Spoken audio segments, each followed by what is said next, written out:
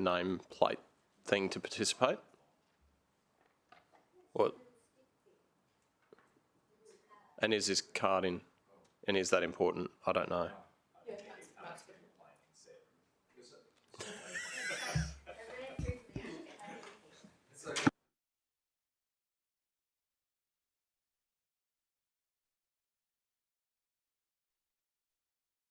You put it in.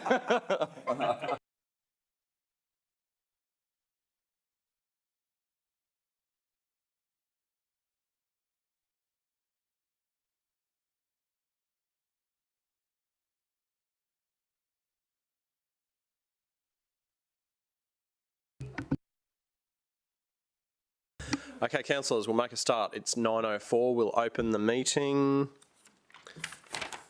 Streaming on.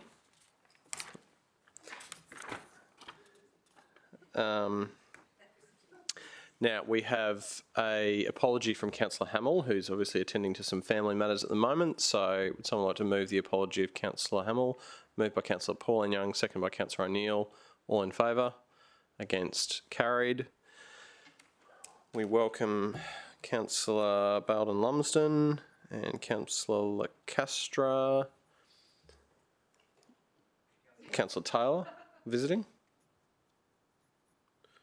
Councillor Patterson visiting.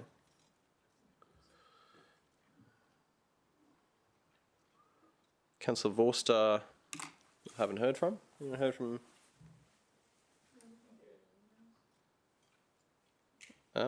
Councillor Vorster's an apology as well. Someone like to move an apology for Councillor Vorster? Moved by Councillor Gates, seconded by Councillor Peter Young. All in favour? Against? Carried.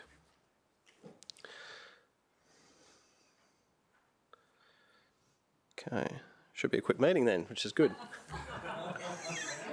I know you'll be watching at home, Herman. Okay, confirmation of minutes. Should we just deal with that separately? Someone like to move that the minutes be adopted? Yes.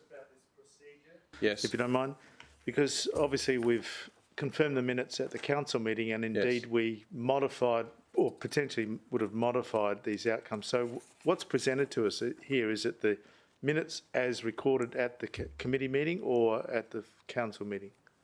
Please. Through you, Mr Chair, Councillor Young, it will be the minutes as recorded at the committee meeting, but also as resolved at full council. And I think that was something we sought clarification of when the new rules changed, but we definitely do have to do it this way, although it does seem a bit around the wrong way. So, sorry, do these reflect the decisions that were made on planning matters at full council or at committee? Full council, but also committee. So anything that would be changed at full council would be reflected. So if there was an amendment to the minutes, if there was something wrong that was done in the minutes from committee, they would be reflected in this. But not if we added new conditions, for example. If we changed any outcome. They're not. Yeah, that's true, actually. We haven't had that happen, but we did do that last time, didn't we? I think it's a record of the committee. Yeah. It seems a bit pointless, honestly. It is. We've already got a record, and we had tried to clarify whether we could avoid it. But yeah. So it's my understanding, Chair, that if... And we did last time, you're right, we amended conditions at full council. This would not include those amendments from full council. Thanks for that, and I'll move the... Okay, so moved by Councillor Peter Young, seconded by Councillor Gates. All in favour? Against? Carried. Conflict of interest declarations, Councillor Gates. Thank you, Chairman. I have two declarations to make. In relation to item 6.1, I have received advice from the City Solicitor that this is not necessary, but in order to be consistent, because I've made it so many times, I'll make it again, and that's that RPS is a planning consultant to the project, and on the 12th of August 2011, I received $675 donation from RPS. I'm sorry, you do have a record of the RPS one. I hadn't provided it earlier because of the advice from the City Solicitor, but in a discussion with the Chair, it's felt better that I just continue to make this one. So it's RPS. Do you have a Yeah, sorry.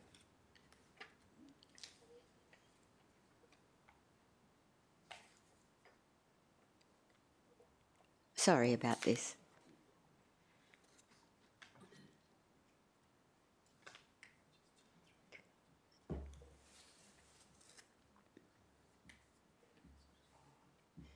So the name, yeah, oh, that's right, you've got that one, okay.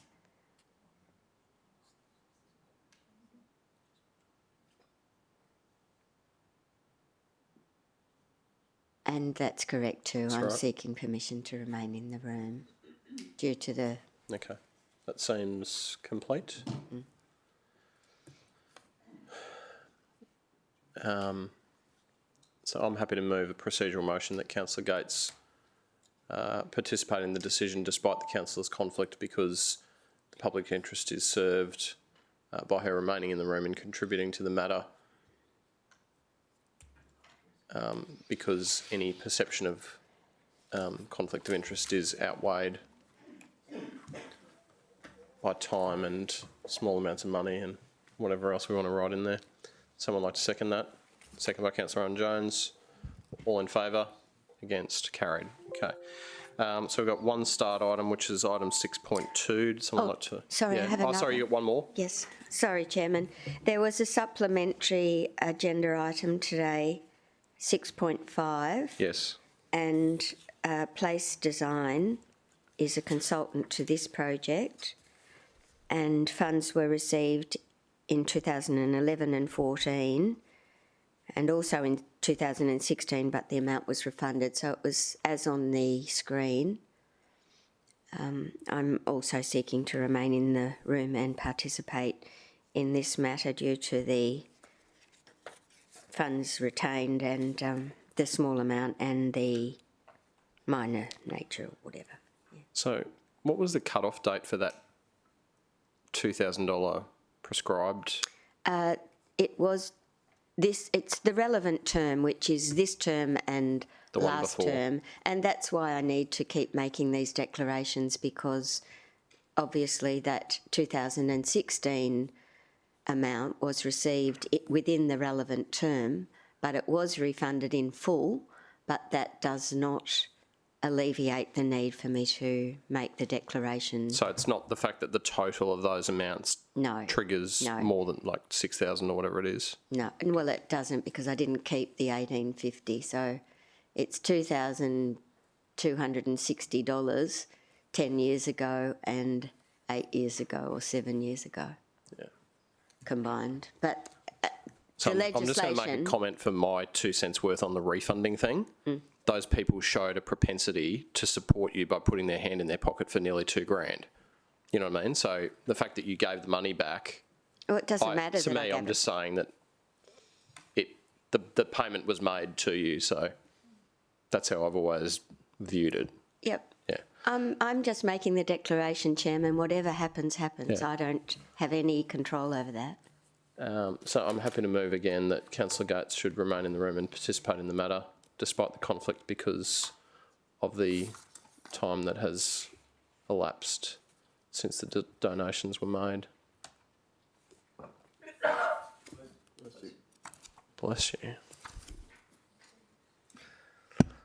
Someone like to second that? Second by Councillor Pauline Young. Take the vote. All in favour? Against? Carried.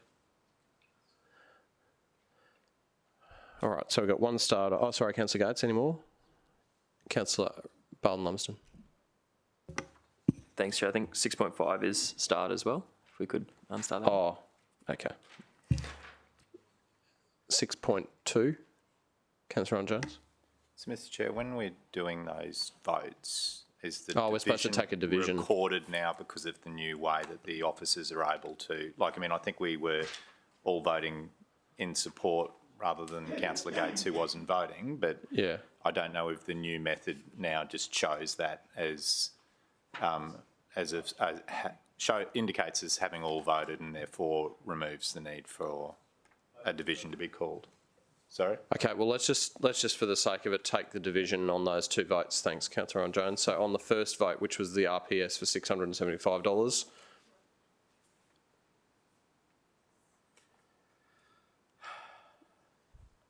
All in favour?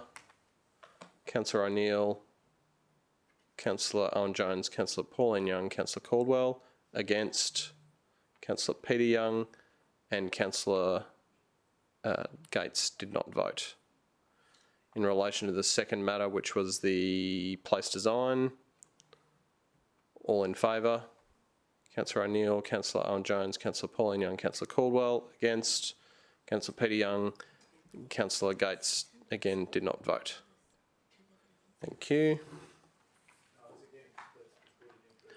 Councillor Peter Young was against, yeah.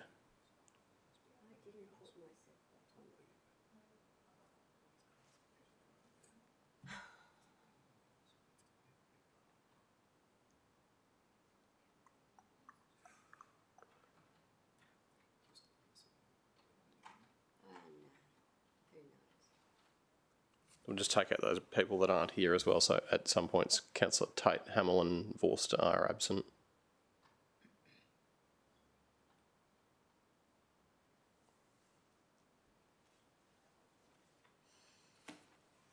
All good? All right, thanks, Councillor Owen Jones. All right, so we have one start item, which is 6.2. Someone like to move the start item. Moved by Councillor Owen Jones, seconded by Councillor Pauline Young. Take the vote. All in favour? Against? Carried. All right, item 6.1. Thought we'd probably push that to the end just to make Bob suffer.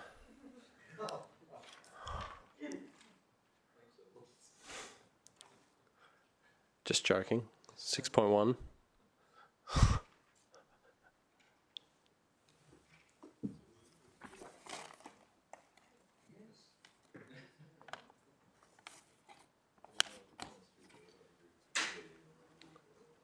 Bearing in mind that we're...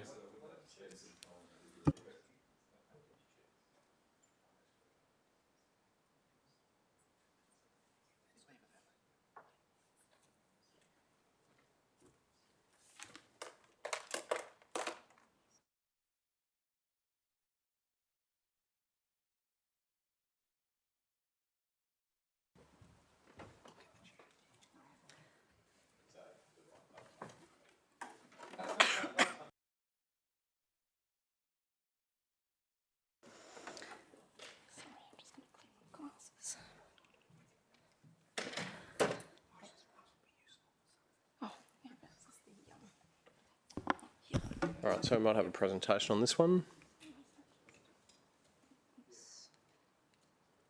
Okay, cool. Okay, through the chair, item 1 is an impact accessible application for a development permit for a material change of use for 60 multiple dwellings and reconfiguring a lot for 2 lots, new road and an access easement at 17 and 33 Baltimore Court.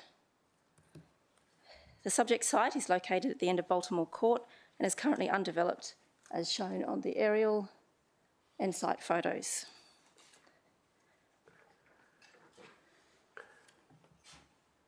The site is located, or the site adjoins a low-density residential area, adjoins the Gold Coast Railway line and other large lots within the limited development constrained land zone. That's the subject site again, located within the zone and the surrounding zones. There are a range of zones within the surrounding area. Site's also located within the conceptual land use map 10, the Merrimack-Carrara floodplain special management area. The site incorporates a range of precincts, including the low-density residential conservation area, wetland, passive recreation, pedestrian and bike improvement, and open space corridor. This plan is a conceptual plan only, which is indicative and provides a guide to the potential development intent, but is subject to detailed site-based investigations. This plan illustrates that residential development is intended beyond the current end of Baltimore Court, and while the development footprint, which is seen on the right side, does extend beyond the conceptual residential area, after detailed assessment, it's considered that the development will result in appropriately located residential development and improved environmental outcome for the site. Sorry, Julie, can you just explain is the pink colour on there? What does that represent? Through the chair, the pink is the low-density residential precinct. The what density? The low-density residential precinct. Okay. Mm-hmm. The creation of the environmental covenant, transfer of the 23 hectares of land for conservation purposes and rehabilitation of the area will ensure that appropriate conservation of undeveloped parts of the site is obtained. It's proposed to subdivide the site into 2 lots, new road and create an access easement. Proposed lot 201 excuse me, is 3.859 hectares and is proposed to be developed for the multiple dwellings. Proposed lot, sorry, excuse my cough. Proposed lot 200 is to be 23.88 hectares and will be transferred as public open space for conservation purposes. A 444 square metre portion of new road will provide for a cul-de-sac head at the end of Baltimore Court, and an access easement will provide for council maintenance access from Baltimore Court through the development to the public open space.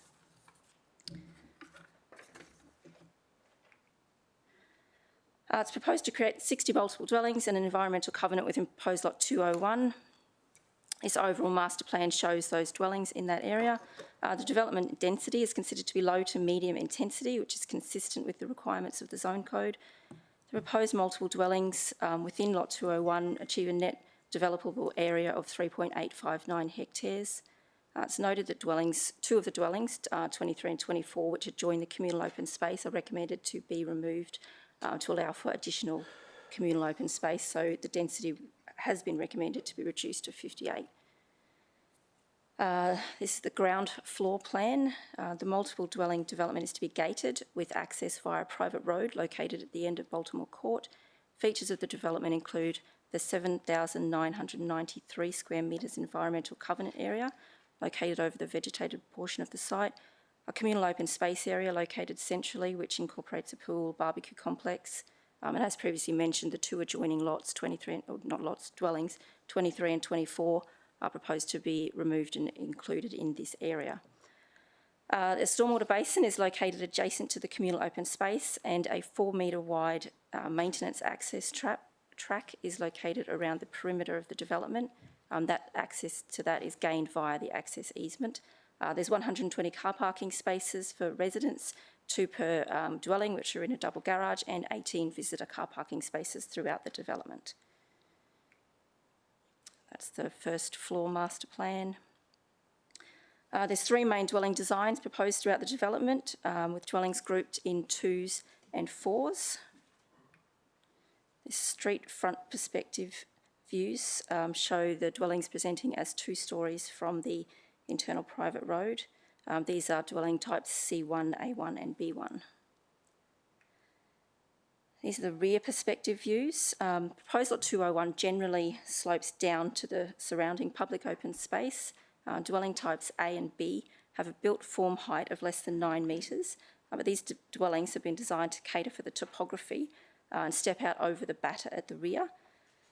You can see this in these perspectives, which shows them stepping out at the back. As a result of this, the overall height at the rear of the dwellings is up to 11 metres. Although the height is above the 9 metres, it's considered to be acceptable in this instance, given that the built form height is less than 9 metres, and given the distance of the majority of the views from the surrounding area are from a distance, the structures are considered to be low to medium rise, which is consistent with the zone code. It's the colours and material palette, which shows that there are muted colours, which will allow the dwellings to blend with the landscape. Site sections further show how the dwellings step out over the batters at the rear, and type C steps into the batter to be 2-storey at the front and single-storey at the back. That's the site sections. Dwelling types A1 and B1 consist of 2 dwellings, each having a double garage, 4-bedroom living areas, balcony overlooking the open space at the rear. That's B1, which I just discussed. C1 consists of dwellings grouped in 2s again that are designed to step up to the ridge at the rear of the site. Each of the dwellings incorporates a double garage, 3 bedrooms, living areas and balcony overlooking the private internal road and a courtyard at the rear. Dwelling types A2 and B2, they have the same design as A1 and B1, but are made up of groups of 4 rather than 2. The key considerations for this development included the traffic impact on the surrounding area as a result of the development, impacts on the character and amenity, appropriateness of the density and appropriateness of the building heights.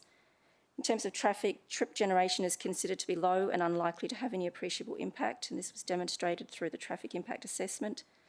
In terms of the character, the proposal is considered to achieve a built form that is low to medium intensity and low to medium rise, consistent with the zone code.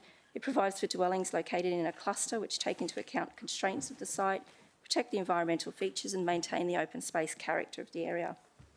As discussed, the building heights are considered to be low to medium rise, consistent with the zone code. The application was subject to public notification, and as a result 225 submissions were received, including a petition signed by 383 people. All submissions, with the exception of one, objected to the development. This map shows the majority of submitters were generally located in the area immediately surrounding the site. Issues raised by submitters were taken into consideration during the assessment of the application and were not considered to warrant refusal of the application. All issues were either addressed through the recommended conditions or addressed through the report.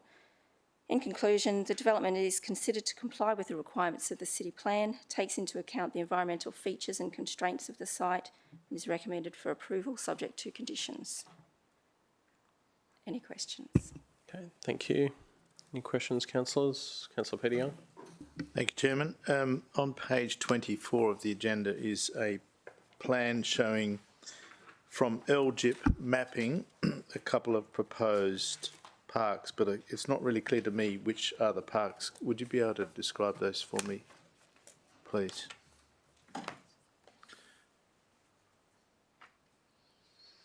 So the site is identified for future trunk parks and land for community facilities. Yes, all of it. Yes, the site is included wholly within that. Right.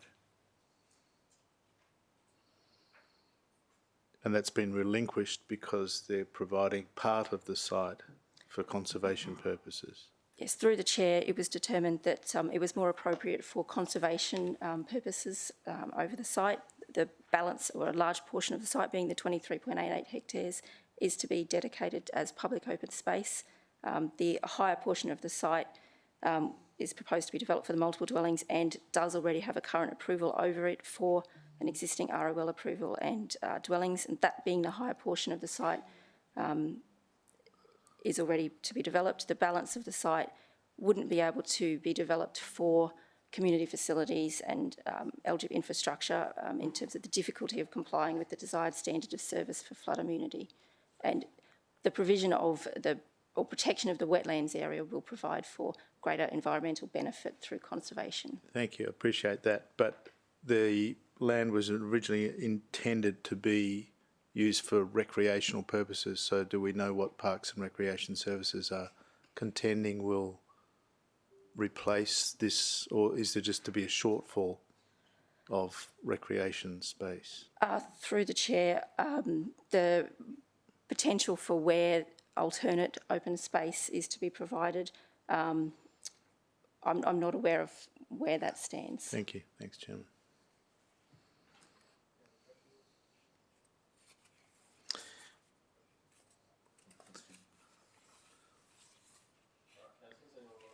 Oh, sorry. Anyone want to move any recommendations or? Councillor Castro. Thanks, Mr. Chairman. Look, I know I can't move anything because I'm not a member of the committee as such, but I don't know whether you would indulge me to actually speak to this, because I would need, I have actually got some recommendations here for a refusal. I can't do that. So I don't know how that's going to go as to whether I can speak and see if anyone's prepared to move those on my behalf or... Well, I don't want your trip to be here to be in vain, having left the matrimonial bed. So I think we should... I can't believe you said that in I think we should indulge open, Mr. in the discussion. Councillor Gates. Thank you, Chairman. I'm concerned that this was in the LGIP, identified in the LGIP as a large parcel of open space to be utilised by the community. And when we saw the level of objection on the screen, it's very widespread. So one would assume that there was a strong community expectation that this land should be retained as open space and parkland with the environmental protection that it deserves. So I'm wondering, because we had an LGIP briefing on LGIP 2 yesterday, but quite clearly I didn't look at Division 8. I'm wondering if we might defer this to full council, and in the interim we can find out what land is expected to replace this very large parcel of land, how it is proposed that that area be replaced within the city, because one of the big focuses yesterday was the very real shortage of parkland in central Gold Coast. So I'm loath to support the recommendation today until I know that the area has been replaced with something else that's intended for community use in this area.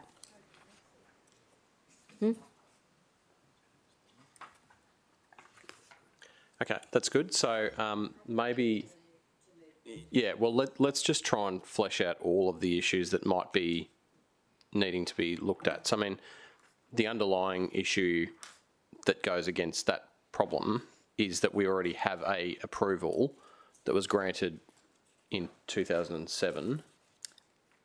Through the chair, I haven't got the exact date, but yes, it is currently active over the But site. is live. So we may well find that even if this is refused, there is still a form of development takes place on the raised portion of the site. Now, that's, I think, something we need to bear in mind as to whether or not this is then a better environmental outcome perhaps than the previous one, even with that said. So that's that's just something to be considerate of. Also, if we're going to have the LGIP discussion, can we also just look into if it is programmed for acquisition, and if so, how much that would cost into the future? Because obviously at the moment, the intention in this situation is that we get handed over, 95% of the site as dedication at no cost, rather than purchasing the whole of the site. And I'm not sure if we have any of that information to hand. Yeah.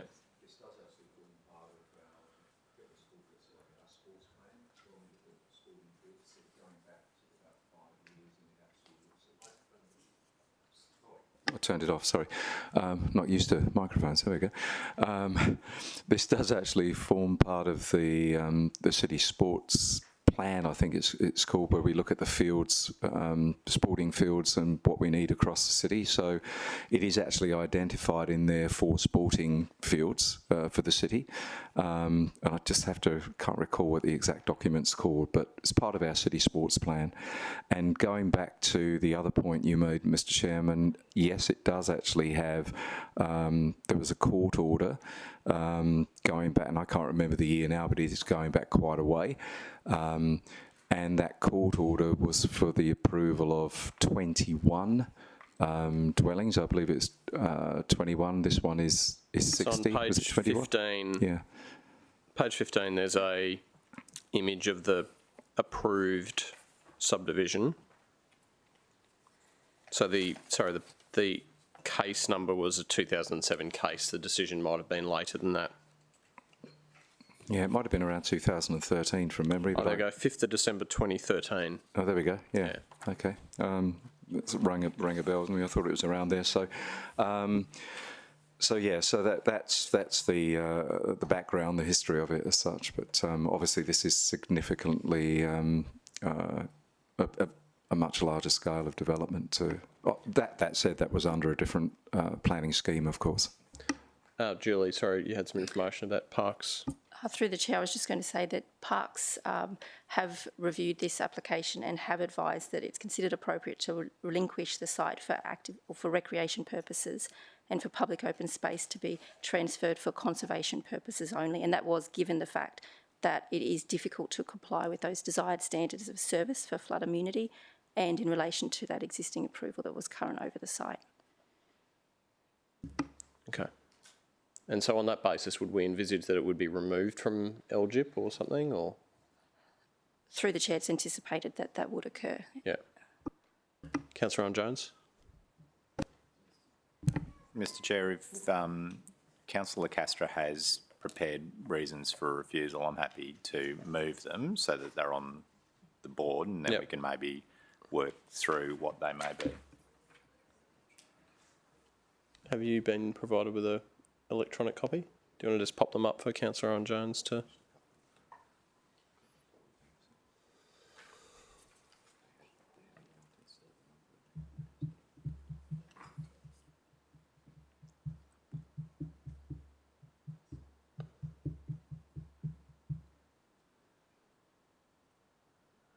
Okay, so I think everyone's got a hard copy of those as well.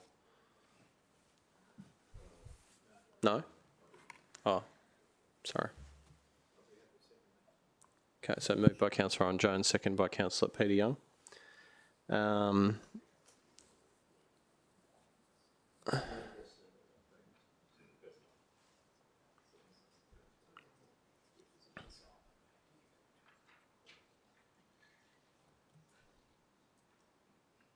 So, Councillor Castro, do you think it's the understanding of the community that, like, they appreciate that there already is an approval and that that's their preferred outcome, shall we say?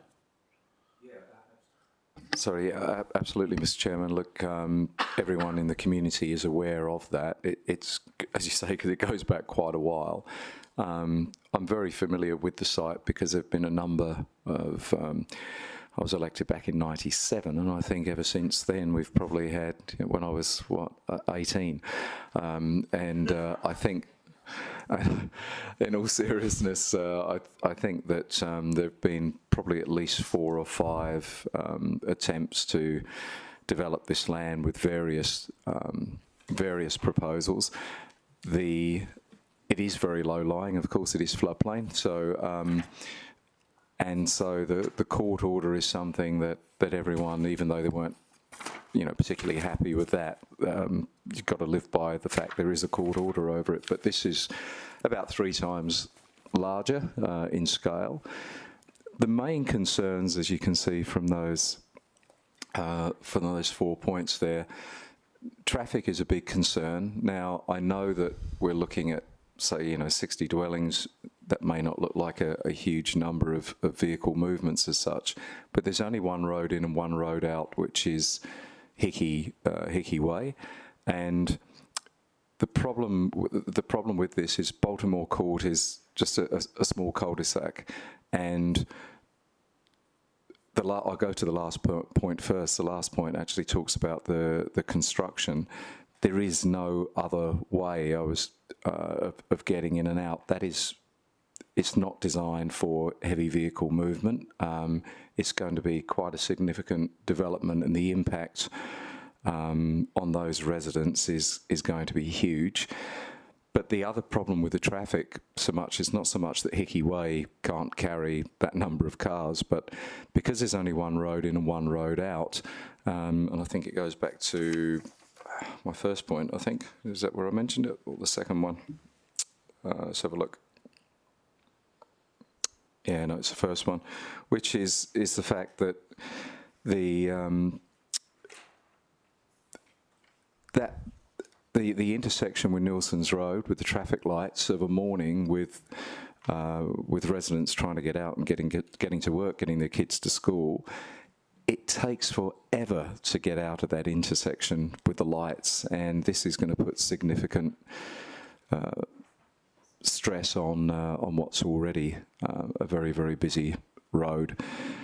So traffic is a big issue. The impact on the community from a development, from a construction point of view, but the other issue is the character of the area. There aren't any townhouses units in proximity. You've got some closer to the M1, but all the roads that come off Hickey Way, I mean, it's quite quite a small community. Boonaroo is part of Carrara, but it's its own estate as such. So it's and there isn't anything that resembles this type of development. It's really very much, 3-4 bedroom single dwellings in the area. So from an amenity point of view and a character point of view, it just doesn't add up at all. So it's a significant number, and I've mentioned that in here too, of the local residents. As I say, it's not a big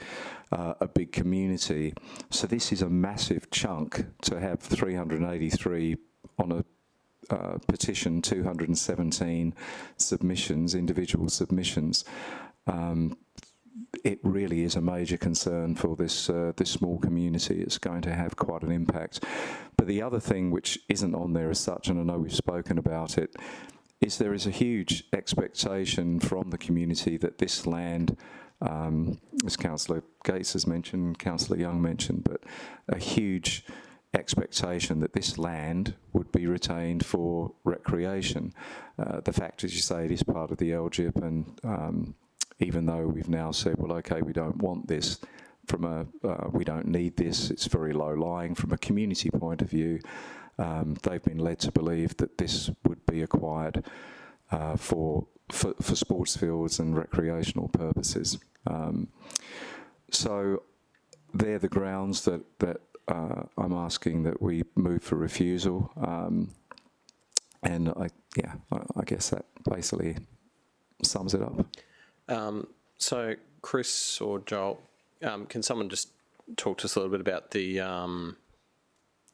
traffic impacts?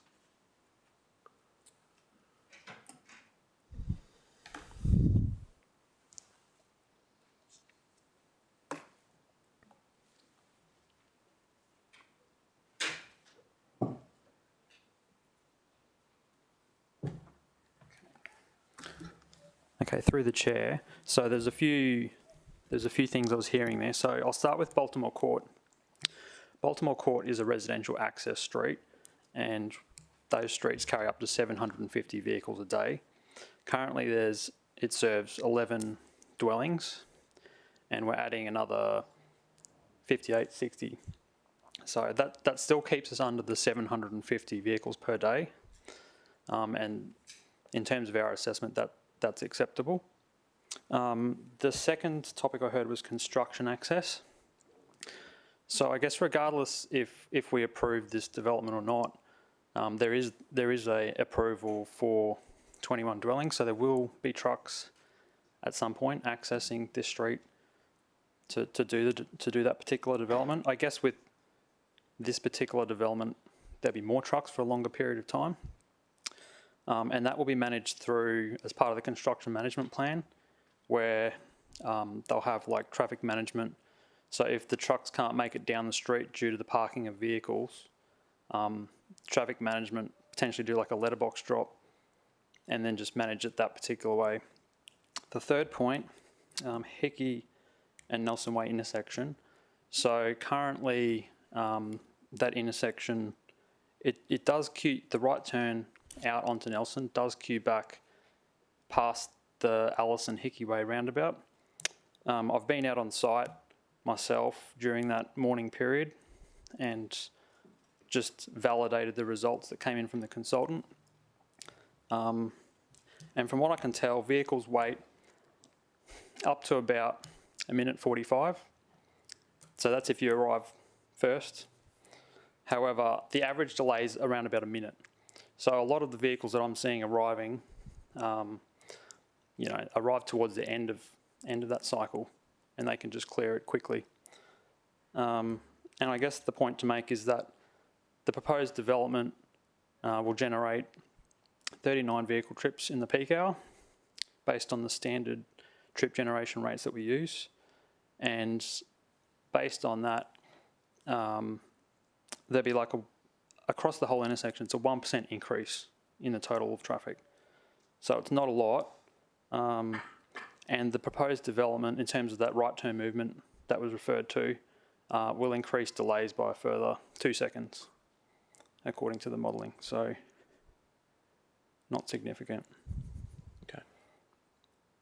Councillor Peter-Young. Thanks, Chairman. Just while the gentleman's here, is it feasible to have the developer install some traffic calming along the street? Because I accept the science here in the sense of not significant additional delays at the intersection, and the road itself is capable of handling the volume of traffic. But for these people, it's going to be a significant increase in the volume of traffic from what they currently experience. So, and because of it's a long road and people will just be streaming through, would it be feasible to install traffic calming measures?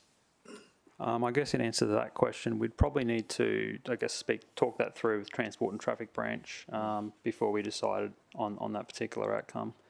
Particularly regarding the placement of road humps or whatever that treatment might include. People are particularly... they don't want them outside their house. They don't want them outside their house, so we need to be very careful about that.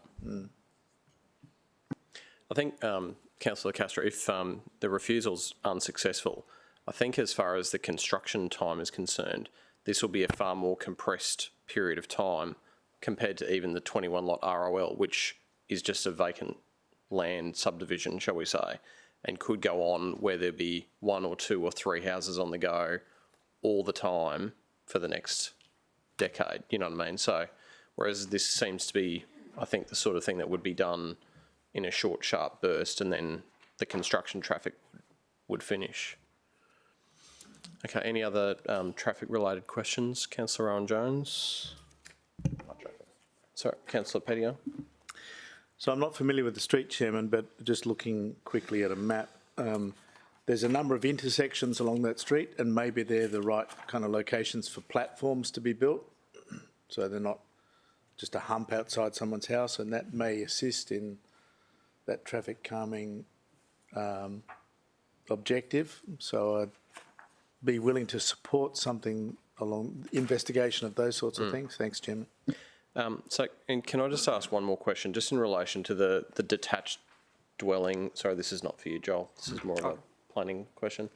Why are we contemplating an attached product in this location when my understanding of that, the blob map earlier, you said detached or low density, residential. So just talk me through that. Through the chair, the CLUM mapping does identify it as the pink, which is the low-density residential. Within low-density residential, you can have scattered areas of multiple dwellings. That's specifically within the low-density residential zone, which I know we're within the constrained land zone. But the concept of multiple dwellings scattered throughout is not an unusual thing within a precinct like this. So, I mean, I didn't think that's what we meant by a scattering. I thought when we thought of scattering, we meant 1 or 2 on a corner and 1 or 2 in a street, not a whole gated estate of 58. So I'm just struggling to reconcile, Mick? Yep. Through you, Mr. Chair, on pages 26 and 27 in the report, the officers have pulled out the relevant sections of the city plan, so the Merrimack-Carrara floodplain requirements. As you can see, the specific outcomes there do give some guidance on what sort of development is contemplated. I guess 3.3.51 on page 27 is relevant to the question you'd asked, in that it says in this area we'll actually have residential and tourist accommodation development that includes a mix of housing types within a low to medium rise, low to medium intensity environment. So it's not the same as the low density residential zone. It does contemplate some various types of housing, and we think through the assessment that this development is a low to medium housing development, low to medium intensity housing development. All right. Well, I might just foreshadow the officer's recommendation, and if we get to that point, then I think it's probably worthwhile just exploring some of those traffic issues that Councillor Peter has raised. Councillor Owen Jones, did you want to open in relation? Are there any other questions? Otherwise, yeah, Councillor Peter. Thanks, Chairman. On page 26, in the description of the specific outcomes of the Merrimack-Carrara floodplain special management area, talks about clustered areas of urban residential, blah, blah, blah. Development minimises disruption to natural systems and maximises opportunities to create visually prominent green space. And I just wonder how we are maximising the visually prominent green space through this development, which doesn't entirely, but to a great extent, creates a canal or channel, and you've got houses either side, two-storey houses either side. So, Yeah. Roger, do you want to? I know Roger's been out on site, and we spoke about this particular aspect of it yesterday, so I might get him to address that. thanks, Chairman. Through you, Mr. Chair, we've ground truthed the site, and as we showed you the clumb, that was very indicative. It wasn't cadastral based, so our environmental officers have been out on site. They've actually ground truthed the area, worked out what the appropriate areas for development in a cluster are, and in relation to that specific outcome, it does encourage clusters to attempt to minimise the amount of disturbance. I think it is positive that this application, if approved, will actually facilitate 23 hectares of open space for the public. That will be a conservation area, so that will actually be managed by the city and used in perpetuity for the city's best interests. This application will also create a covenant area, and that covenant area will ensure that vegetation is protected to a higher standard than what it currently is. So overall, in our opinion, we do believe this complies with the strategic outcome. Thanks, Chairman. Yeah, I accept most of what's just been said. But in terms of it being visually prominent, I see one opportunity for the public to have a view shed, shall we say, of the environmental covenant area on the right-hand side as you lead in. But in my thinking, if some of the proposed housing at the very end of that street were removed, that would create a visually prominent feature as you reach the end of the street, and that would achieve that outcome. It's not a question, it's a statement. Sorry. So I think the problem is that it's going to be gated, isn't it? Yes. So the general public won't have access to pop down to the end of the street and look at the view of the floodplain. But, yeah. All right, any other questions? Councillor Owen Jones? So on page 15 of the report, it talks, 14 and 15 talks of the background and the existing approval that exists following Planning and Environment Court matter. And is there any obligation for the city to extend that period of approval any further than what it has now, noting that it's received a 2-year and a 6-month extension? Is that correct? Through you, Mr. Chair, an application will be made for an extension, and officers will consider the application on its merits. There is no obligation to extend the currency period. It would just be assessed on the time if an application is made.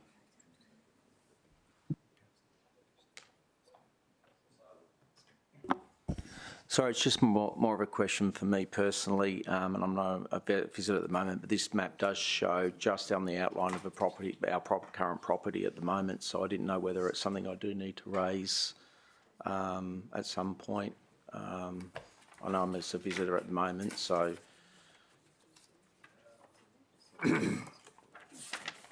That's on map 24. So look, I think the approach that seems to have been taken with proximity is that unless you're directly impacted, like you're part of this application, then you don't have a material personal interest. You may still want to declare it because it's just something that you feel should be declared. And I guess in the end, you need to think about what your own view of it is. And if you are not able to participate with an open and persuadable mind because you've got a predetermined view because of you being a neighbour, then you might want to consider what you do.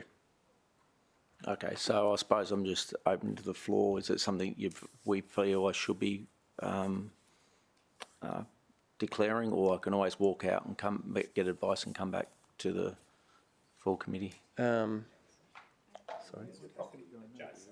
It's basically on the green line. So basically, it's Gooding Drive. So page 24.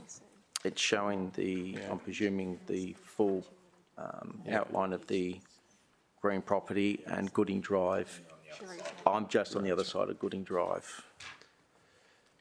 So, Okay, so it's not. So that's not. I think based on, and you might remember last round, there was the same issue came up about Councillor Vorster and his property that was close to one and then miles away from another one. And even on the one that was closer, the advice was that there was no need to make the declaration formally. But as I said, in the end, it comes down to what you think you want to do. Yeah. Oh, well, I'm comfortable at this stage there, and I can seek further advice before full council. But yeah, thank you. Councillor Peter Young. Just to flesh that out a bit, Chairman, I'm comfortable with that, but I just have a question, if I can through you. Did the councillor make a submission or sign the petition? I don't see any problem, thanks. Okay, Councillor Owen Jones. Oh, did you have a question, Councillor Castro? Yeah, no, I'll come back. See if Williams is better? Yes. Yep, far away. I think I probably have an observation rather than a question, so if you want to It sounds like this afternoon. So I suppose just in my mind, there would appear to be considerable angst from that local community in regards to something, and I'm just going to open. I know that No, please. Councillor Lecastra's had a go, but there would appear to be considerable angst by that local community in regards to the proposed application, and in particular, I think the difference between what was the Planning Environment Court order in regards to the ROL and what's proposed here in regards to more density. And I think if you go to page 76, clearly there is, it identifies where the submitters are, and I think that their general view is that there has been it is a difference to amenity that was never imagined by them in regards to this area. So today I'm happy to support Councillor Lecastre in his endeavours. Anyone else want to speak for or against? Councillor Lecastre, did you want to have another crack? Thanks, Mr. Chairman. It was really just a question. Julie spoke about the 11-metre height, so on page 17, and I'm aware that it only presents as, say, 9 metres, but it is elevated, as in the dwellings are on stilts, if for want of a better term. I don't know if this is a silly question, but under the temporary local planning instrument, where we look at floodplain development, and I think it came in August 2020 from memory. I think it was signed off on by the Minister, the temporary local planning instrument, which basically, my understanding wasn't, it could be wrong, was prohibiting development on floodplain by using stilts as such, by saying, well, great, the water can just run underneath. Is this captured by that at all? Through you, Mr. Chair, that's correct. The TLPI came in, I think, 2020. It attempts to prohibit podium-style developments, and within the Carrara Merrimack area, we have two. We have one in Burton Road and one in McCady Way, and even though they have flood-free access off those respective streets, they are built on a podium to ensure that they're actually, getting above flood. This is not considered to be a podium. It's just a measure of constructing a house that gets above the flood, but it's not a podium-style development, so is not caught up by the TLPI. Okay, thank you. I think it's more of a slope-sensitive design. Yeah. Yeah, okay. Councillor Peter Young.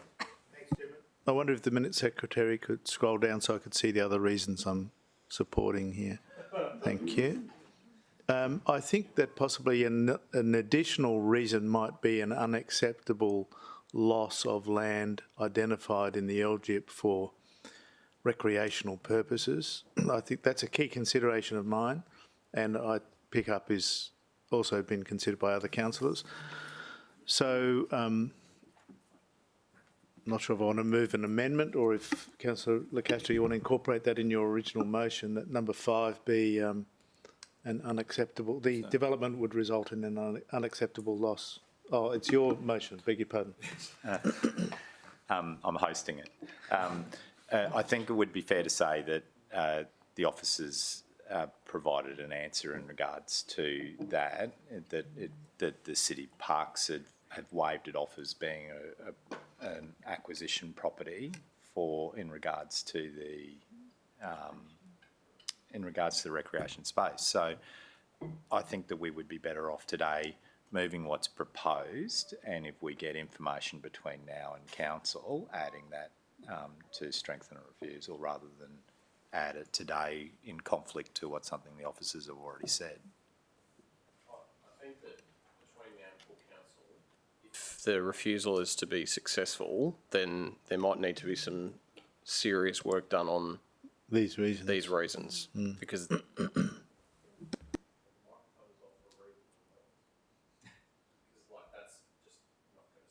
No. Number 4 especially.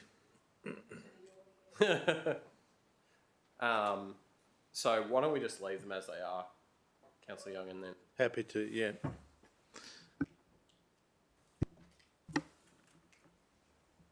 Right, anyone else want to speak for or against? Councillor Owen Jones, did you want to close? I think that Councillor Castra's point in regards to that podium style design over the flood storage is actually an important one.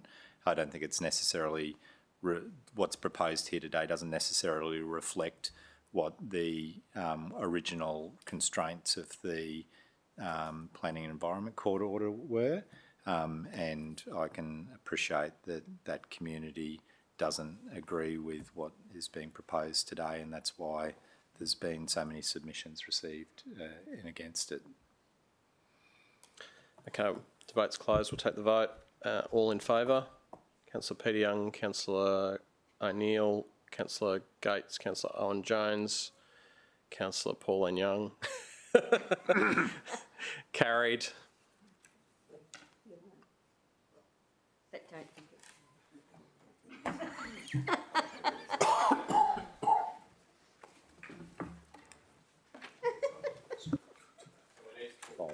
I need you to put in your calendar that you have to turn up to the next planning committee. that's our wedding gift.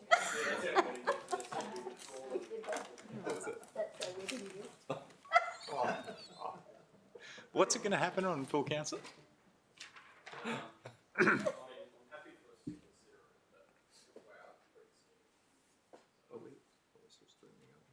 Yeah. They all know you're married now.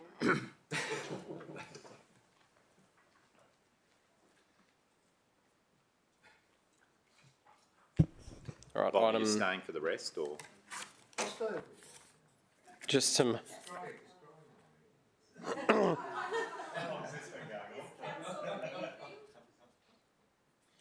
This committee's been meeting since 1997 as well. All right, item 6.3. Did you want a presentation, councillors? Yeah. Well, there might be some questions, but... Yep.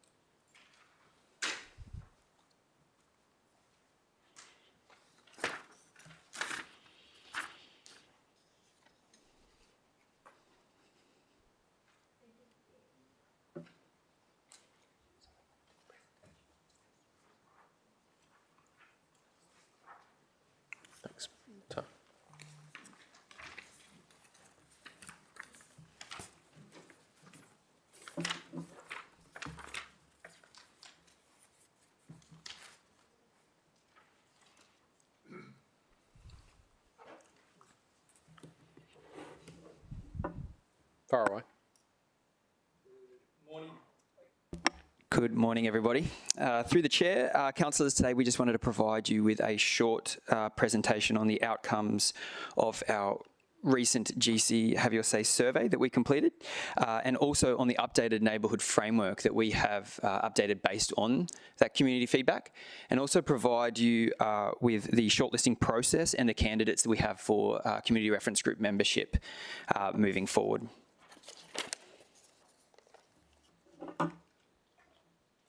So the GC Have Your Say survey actually garnered quite a strong response. So over a 3-week period, we had 1,826 people complete the survey, with about 58% of those that completed it living within that corridor. We had about 30% of the respondents say that they owned property within the area, 11% worked in the area, 5% owned a business, and close to a third of respondents said that they regularly visit the area. The survey responses, the people that responded to the survey actually mostly heard about it via email through GC Have Your Say, but we also sent out direct mail to people who lived within the corridor. We sent out about 16,000 letters to people that live there, so 573 of the respondents heard about the survey through direct mail. Just looking at the demographics of those that responded, so there was a good split of male and female. We also did notice that the older demographics responded more, so the highest response group was 55 to 64, with about 25% of the responses, and that was closely followed by the 45 to 54 and the 65 plus age group. So we only had about a 10% response rate for those who were aged 34 or younger. So for our presentation this morning, we just wanted to walk you guys through just a few of the responses to the survey. The rest of them are included in attachment 1, but we just wanted to walk you through some of those key responses that came through quite strongly in the survey. So for question 2, we asked the survey respondents what made these neighbourhoods special places to you. So the highest response was the quality of the parks, the recreational facilities, and the foreshore, which was a 74% response rate for those surveyed. That was followed closely by the environmental qualities and the parks and the conservation areas with 58%. And then thirdly, the ease of which people could get around was quite a priority for people living within this area as well. So that was nearly 50% of the respondents said that that was what made this area special to them.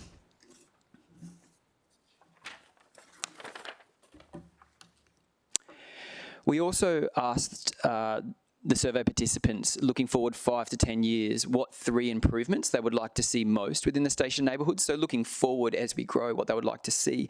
And this question really lined up well with what made these areas special to the people that lived here.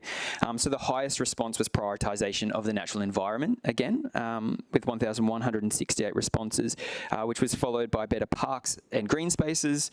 And then thirdly, improvements to walking and cycling connections, and fourth, improved design and function of streets and public spaces. So there was real consistency in those responses for what was important and was to be prioritised moving forward. In question 5, we asked which 3 opportunities do you feel are essential in planning for growth within these station neighbourhoods? So this was a real growth-related question. The top response was that development is responsive to the neighbourhood character and is designed to respond to location and climate. So the responsiveness to the character came through in a number of questions, and this was the top priority for this question. Followed after that, though, with 985 responses, was protection of the city's valued, natural and environmentally significant areas by concentrating growth in already established urban areas, which was a really good response for us, that the community is beginning to recognise that in order to protect our environmental areas, concentration of growth is a part of that. The third highest response was limited opportunity for new high-rise buildings, which are buildings exceeding 32 metres above ground level. And the fourth, again, was those street and landscape improvements.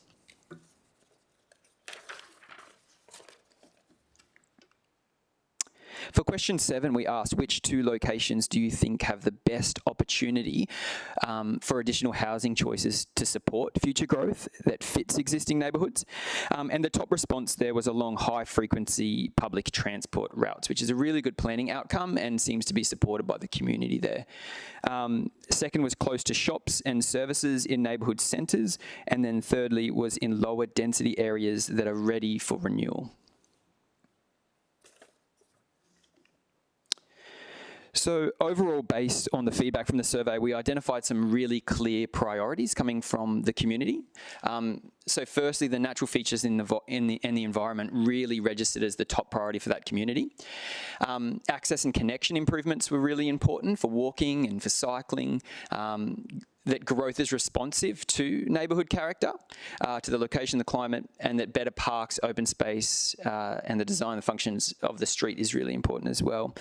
And we also recognise that growth should be focused around those public transport routes in centres and lower density areas ready for renewal.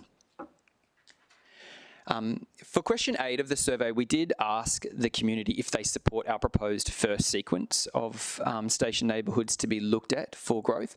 And the response to this was really strong. So nearly 77% of respondents supported those as the first station neighbourhoods for us to look at for change in those areas.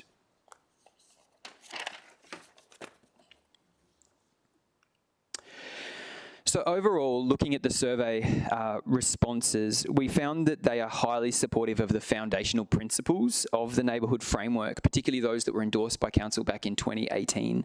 So the vision, the principles, overall focus is consistent with the clear priorities of the community from this survey.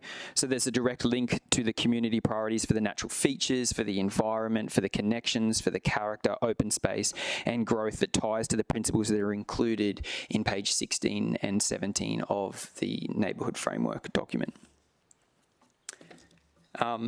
Although we did notice a solid consistency between the survey responses and our draft framework, we did update the framework based on our community survey responses as well. So we made a number of changes to the document based on feedback, particularly around the additional content pages that we needed as well. So some of those survey responses said that the framework lacked that kind of finer grain of detail that they wanted to see so that they could know what was happening in their neighbourhood. So we added an additional page in that detailed that the concept planning will deliver that next level of detail for the community as well. So there's a whole other page that explains that process. We also added another page that unpacks the context of this part of the corridor and how that fits into the broader city, because we thought that was a really important piece of the puzzle. And we also included a whole additional page that summarised the survey participation.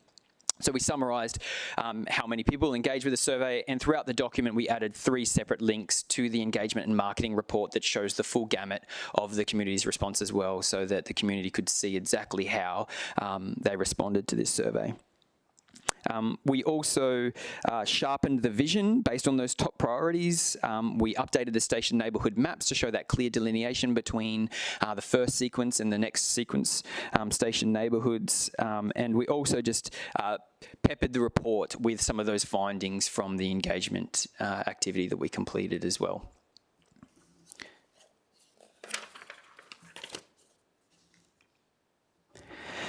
So the framework is really an important component of delivering community-embraced change in these areas, we feel, and the framework will be a document that will summarise the direction, vision, and the principles that will guide the future of these communities and will filter down into our ongoing work within this corridor here. So the content of the framework is quite simple yet clear and can provide people in these communities with an insight into how these areas will grow over time. At each stage of the process, officers will be seeking council decisions before progressing and will be incorporating community input into the work as it progresses along to a city plan amendment, attempting to inform, consult, involve and collaborate with these communities throughout the engagement and participation. So just quickly on our community reference groups, we shortlisted candidates for this group based on the processes that are included in confidential attachment 4. So the CRG participants were prioritised based on primarily their location within the station neighbourhood boundaries in the first instance, and then further refinement of this list occurred to support a strong demographic mix. We wanted a good mix of age, of gender, of cultural representation within this group. And then further refinement was also carried out based on the expression of interest form responses. So we were really looking for candidates that indicated through their responses that they would be able to work really constructively as a team and for the benefit of the broader community. So from the survey, 787 of the participants actually indicated that they would be interested in being involved in a community reference group, and each of these were sent an expression of interest form. Of those that were sent the form, 93 applications were returned, and of these, 51 applicants lived within the boundaries of those first sequence station neighbourhoods. So as per our previous resolution in May, we've nominated 15 of the highest scoring candidates for each community reference group to be included. But we've also added an additional 3 that we are recommending to be included in these groups based on 2 things: the strong community response and also just to ensure that at each community reference group we have enough members if some don't turn up on the night as well. So we're recommending 18 members for each of these groups. So just summarising the timing moving forwards, we've completed the survey. We're at the current decision milestone for the framework and the CRG membership. And then once this is completed, we're wanting to move straight into community reference group and concept planning from October to early 2022, where we'll come back with that concept plan to committee, which will form the policy setting foundation for us to roll that into a city plan amendment in 2022 and 2023. Thank you for your time, councillors. Any questions? Any questions, councillors? Councillor Patterson. Thank you, through the chair. First of all, thank you for the font size so that I can read the document. Appreciate that. I just had a couple of questions. First one was I was curious whether we have run these community reference groups before or if that's a new thing. No, that's a new thing. Okay, that's great. I think people appreciate us going to that level. And then the other thing I was curious about was with regard to the comment that people are, one of the important things to them was us that we be responsive to the neighbourhood character, and I discussed with this with you earlier. I'm just concerned as to whether their definition of what that means is the same as from a kind of a legal planning definition, and are we communicating the same thing? So I just, it's kind of like a bit of a red flag that when we say that, we're talking about in regards to the city plan and its intent. Is that their expectation? My guess is not, and that there might be a bit of distance there between what we're saying and what they think, you know, what's being said. Yeah. And again, just in terms of whether what they're communicating and whether it's what they think they're communicating to us. The other point was with regard to the protection of cities' values by focusing on urbanised areas. I wonder whether these residents are thinking about kind of considering themselves as not as urbanised as Surfers Paradise and saying, oh, well, that means that we're going to keep all the height in Surfers Paradise, or whether, as is, I believe, your intent, that means that we can protect greater areas in the hinterland and the like. So again, I just want to make sure that we're managing that communication and what people are thinking they're letting us know is the same thing. Yeah, through the chair. Oh, sorry. If you want to try and respond. Yeah, so through the chair, when it comes to existing character, we're really making an attempt to understand what specifically these communities love and that they see as that character, so that we can hold on to that moving forward as well. So just because something has an existing character does not necessarily mean that it will form part of the future planned character. But the framework's really seeking to identify those critical components that as the community grows can be held and maintained. So just because something's existing doesn't mean that it will be carried forward to the future, but it forms a part of our investigation for planned future character. So asking those questions in the survey about what makes these communities special to you is really helping us become informed about that, so we're not just doing guesswork, and we're also wanting to roll that into the framework, and that's why we've updated it. And those specific station neighbourhoods are really trying to capture some of those components that should form part of that future planned character that's based on existing character. Thank you. Councillor Taylor, then Councillor Owen-Jones. Thank you, through the chair, and I just want to reinforce what Councillor Patterson's saying. I did speak to officers in this space that it's a learning of what Division 10 has and what we talk about characteristics and what City Plan is talking to compared to what the community is talking to. And in my view, we are on different pages. Main Beach, as I said before, Surfers Paradise, Broadbeach has their own characteristics. But I think the City Plan doesn't talk to those particular areas as those characters as we see today. It's all rounded up as one. Moving into Mermaid Beach and heading down the coast have got different characteristics again to those. So I think, as I said to the officers previously, I think it's really important, and reinforcing what Councillor Patterson says, how do we narrow that gap in relation to community expectations? Because what the community's thinking and feeling, in my view, is different to what our City Plan talks to. So it's either education, but I think learnings of what we've done so far, and it's getting the balance right. We don't want to stop the growth of the city, but how do we ensure that we maintain the characteristics of what we want our city to look like in the future? Thank you. Councillor Owen-Jones. Thank you, Mr. Chair. On the handout, I think in terms of getting on the same page, I think page 10 and 11 are actually really important for this conversation about character. And I think it's important in the context of how character evolves over time. And unfortunately, some people's view of what their character is anchored in too firmly in the past and doesn't take into account the last 20 years and the current 20 years that are already locked into the planning scheme.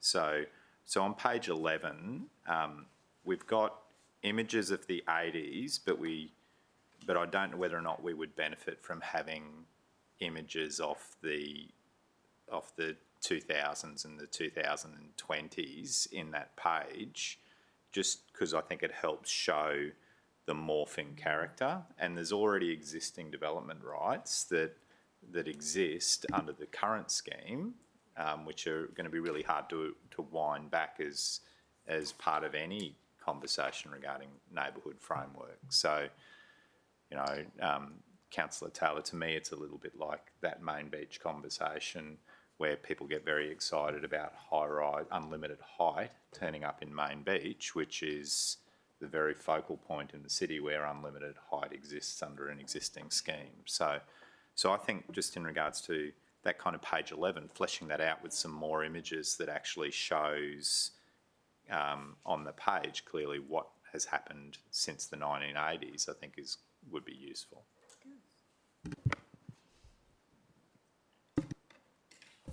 Councillor Gates. Chairman, I also wanted to make the point in response to what Councillor Taylor has just said, that we have been really specific about protecting the character of Main Beach in regard to the height limit to the northern side of Tedder Avenue. It's something that through the construct of City Plan we were really mindful of. And I think we have had such significant consultation and responded to the consultation through the development of the last City Plan. I just don't know how any community could be confused. There's been a lot of publicity about how the city will need to grow. We've had all of the directions from the state government about 80% being in the consolidation area and only 20% in the expansion area. And quite clearly, if 80% of our growth has to be accommodated within the consolidation area of our current urban footprint, then the city's going to develop entirely as we've envisaged with City Plan.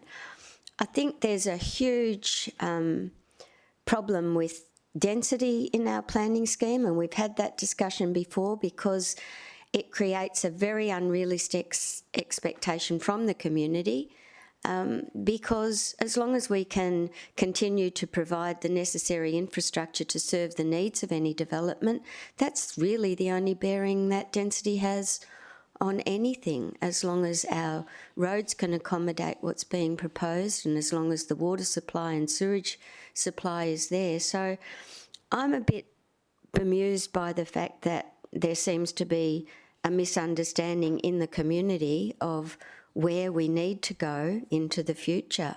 And I think that the submissions that we've received and responded to in terms of what was originally our growth areas as they were previously defined, and our response to that showed that we're listening. So I just feel that we need to just stick with what we've done, because we have consulted extensively.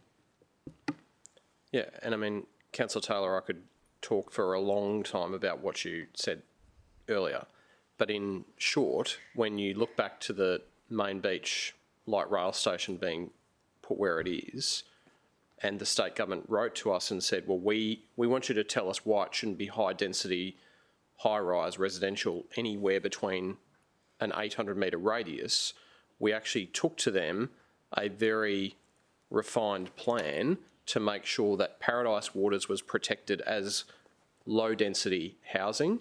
West of Tedder was what we would describe as low medium, and east of Tedder was up to high rise construction. Now, that has been the way that development has unfolded, and the fact that someone who lives on the 20th story of a high rise is concerned about another high rise at least shows that we're talking about it in the right neighbourhood. If it was a house in Paradise Waters that was concerned about another Atlantis East and West turning up, that would be of serious concern, but that can't and won't happen. So I just think that there are greater protections in the scheme than what people may suggest. Can I? Yeah, thank you. And look, I know we keep saying Main Beach. I think my conversation was talking about Division 10, so I know there's been a lot of talk about Main Beach. When I'm talking about Division 10, as I mentioned, 3 particular areas. I'm totally understanding agreements with what you're saying in high density, and I'm supportive of it. I think the conversation relates in relation to how I took it with Councillor Patterson is in relation to what the community's thinking and what we're actually delivering is I feel are in two different spots. High density in that particular corridor I've accepted, and it's what it is. It's how do we get the best outcome. I think what I'm saying to our planners is ensure that we do some learnings from what we've done through the high density, because we are moving down that corridor and we learn from that. I do think as a city we're doing some very good work in relation to all those particular areas, in relation to infrastructure, providing space, but it's really important that we understand the characteristics of each area, and that's why I keep referring, not Main Beach, I keep saying Main Beach, surface, Broad Beach, and the characteristics of what we look going down the track. Again, when I'm talking, I don't refer to Main Beach. I know everyone in the room seems to focus back because the media's on Main Beach. No, I said Main Beach, Broad Beach and surface has got their own characteristics, a chevron. So all I'm saying to you is we understand that it is a high density area. We know it's growing. How can we learn from what we've done? When we review a plan, we're always projecting what's happening in the future. And I hope as we get to that point in the future, we get some learnings and improve what we're doing moving forward. So, and I think my response was in relation to Councillor Patterson in relation to what is the community thinking in relation to this conversation compared to what our city plan is, and that's all I was trying to...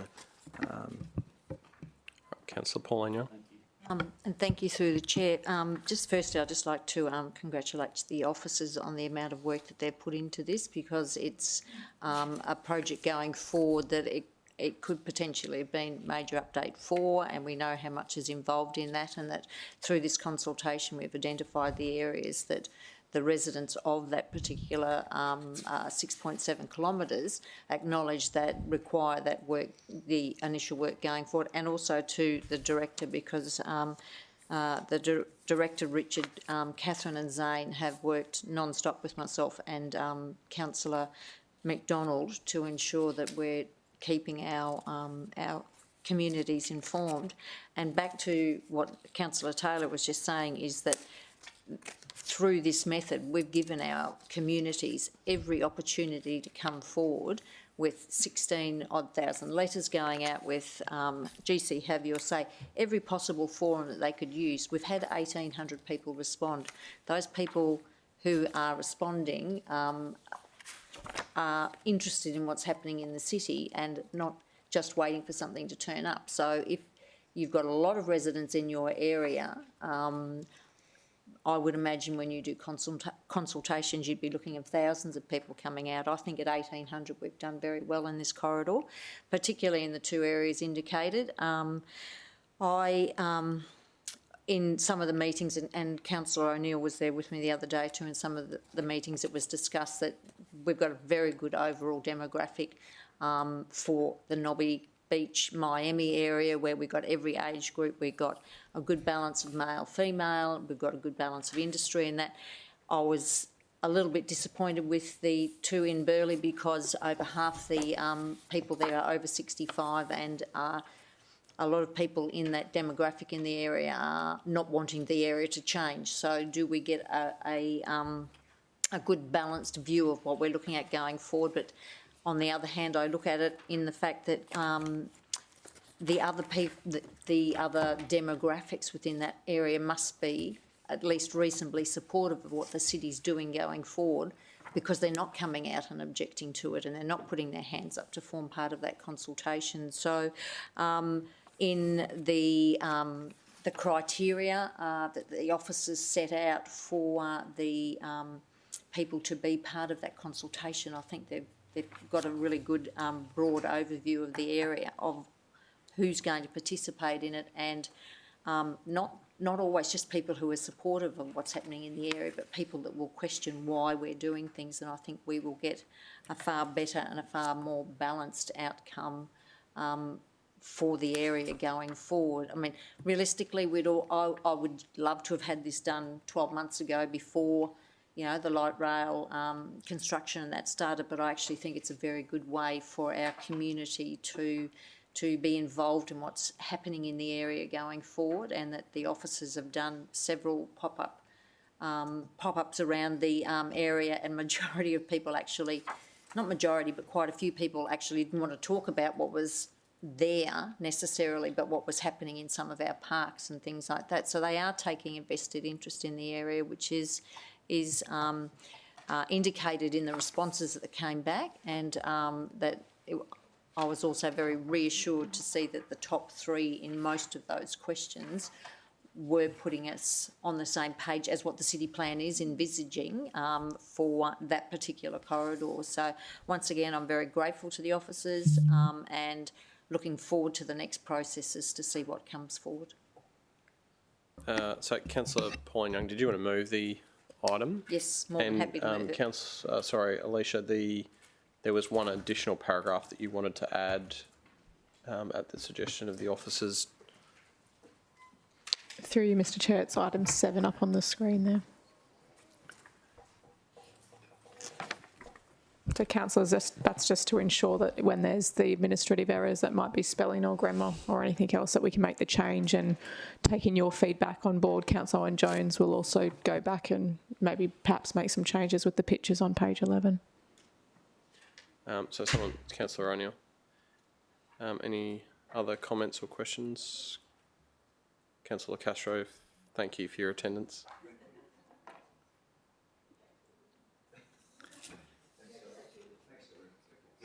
Does anyone else want to speak for or against that?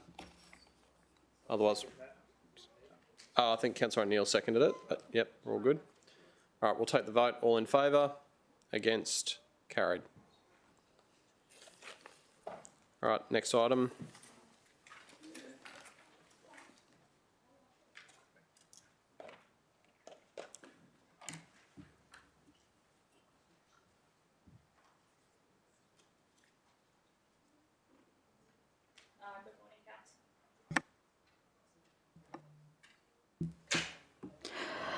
Through the chair, and good morning, councillors. This morning I'm here to talk to you in relation to the update of Major Update 4 and 5 and the resolution from July 2021 in relation to the breakdown of the packages.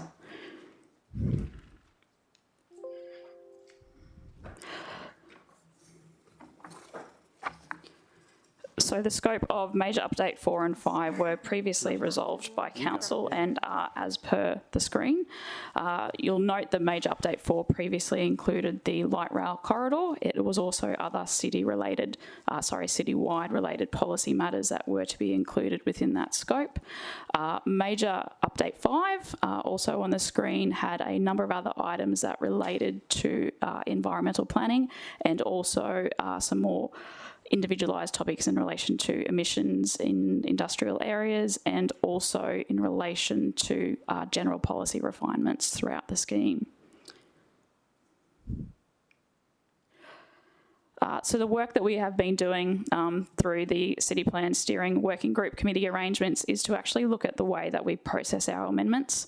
Our current approach is to essentially package them up so council predetermines a scope of works that includes individual items within a specific amendment package. What we've noted as officers is that in doing so we essentially tie council to a scope of works, and if a project is delayed or requires significant change, once it has gone to the state as part of the state interest check, it actually requires a significant body of work and additional consultation to actually remove additional items. So what we're proposing as a future approach is that we actually send individual items to the state to undergo their state interest review. So once they have received approval to proceed to consultation, depending on the items that we have back from the state, we will make a decision as to whether we undertake consultation concurrently or as on an individual item. This will actually allow us to be more tailored in our response to consultation and also make sure that we can understand the issues, undertake additional consultation if required without delaying items that are relevant to the planning scheme. So that all sounds fine. Don't we have to, at the start of the process, though, identify what the scope of the amendment package is and give notice to the state of that? We do, and we have been speaking to our state officers about that. They are comfortable with this approach. Essentially what we're suggesting is that each item would go as an individual amendment, but when it comes to the time of consultation, depending on what the items we have back, we'll either undertake it as a package, so concurrently a number of different amendment items at once, or we will undertake consultation separately.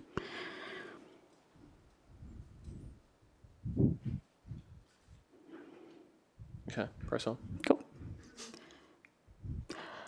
So what you'll see on the screen is our proposed breakdown of Major Update 4 and 5. You will note that there was also additional detail in the report that documented a couple of other items that were listed in both packages that we are still working through. So the items you'll see on the screen, the three items that we believe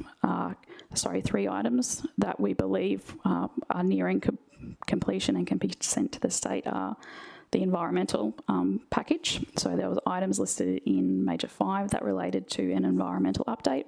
They will now go as part of a update to be called Environmental Management Update, or EMU, very appropriate for an environmental package. There's also two other items that were separately endorsed by council, one being the Road Widening Overlay Code and also the Heritage Code. They're at a point in time that they can be progressed, so officers are currently doing the finalisation of that with the state interest report. They can be progressed also on the basis that they are not related to Major Update 2 and 3. The other items on the bottom of the screen are our medium-term items. Some of those items require us to adopt Major Update 2 and 3 as part of the city plan version before we can actually amend and include the new policy position, or they're items that are still undergoing their policy development.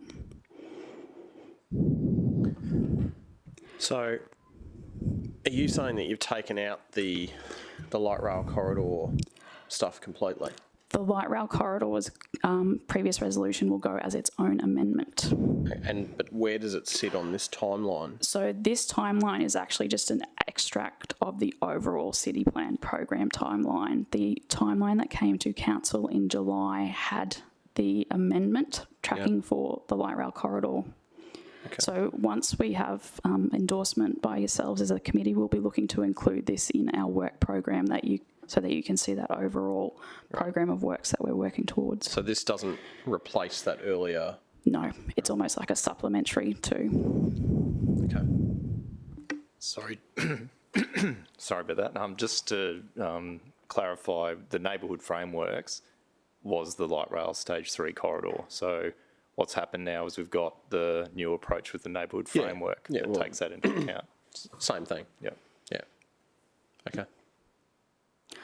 That's I don't want us to go through the body of work with the community and then not see that come to fruition. That's the end of the presentation. Councillor Peter Young.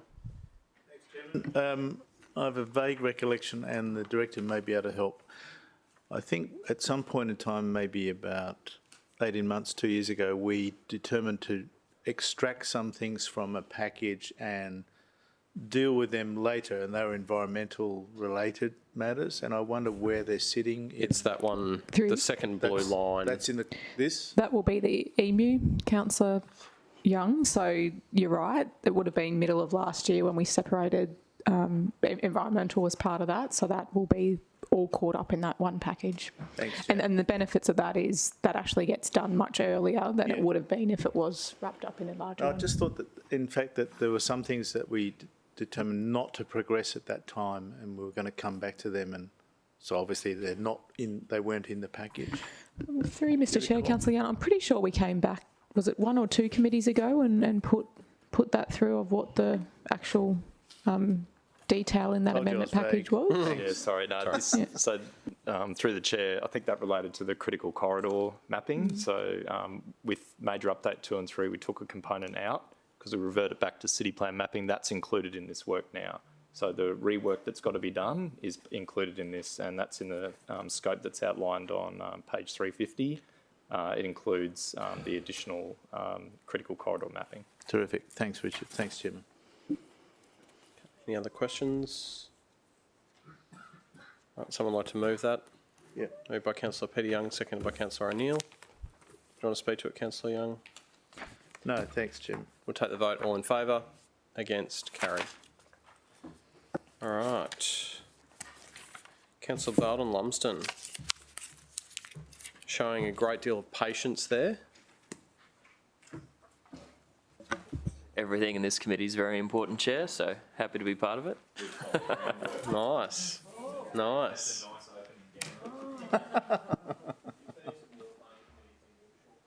As in his entire long career. And it's longest staying power as well. Yeah. That's why Bob looks so young. Yeah, that's right.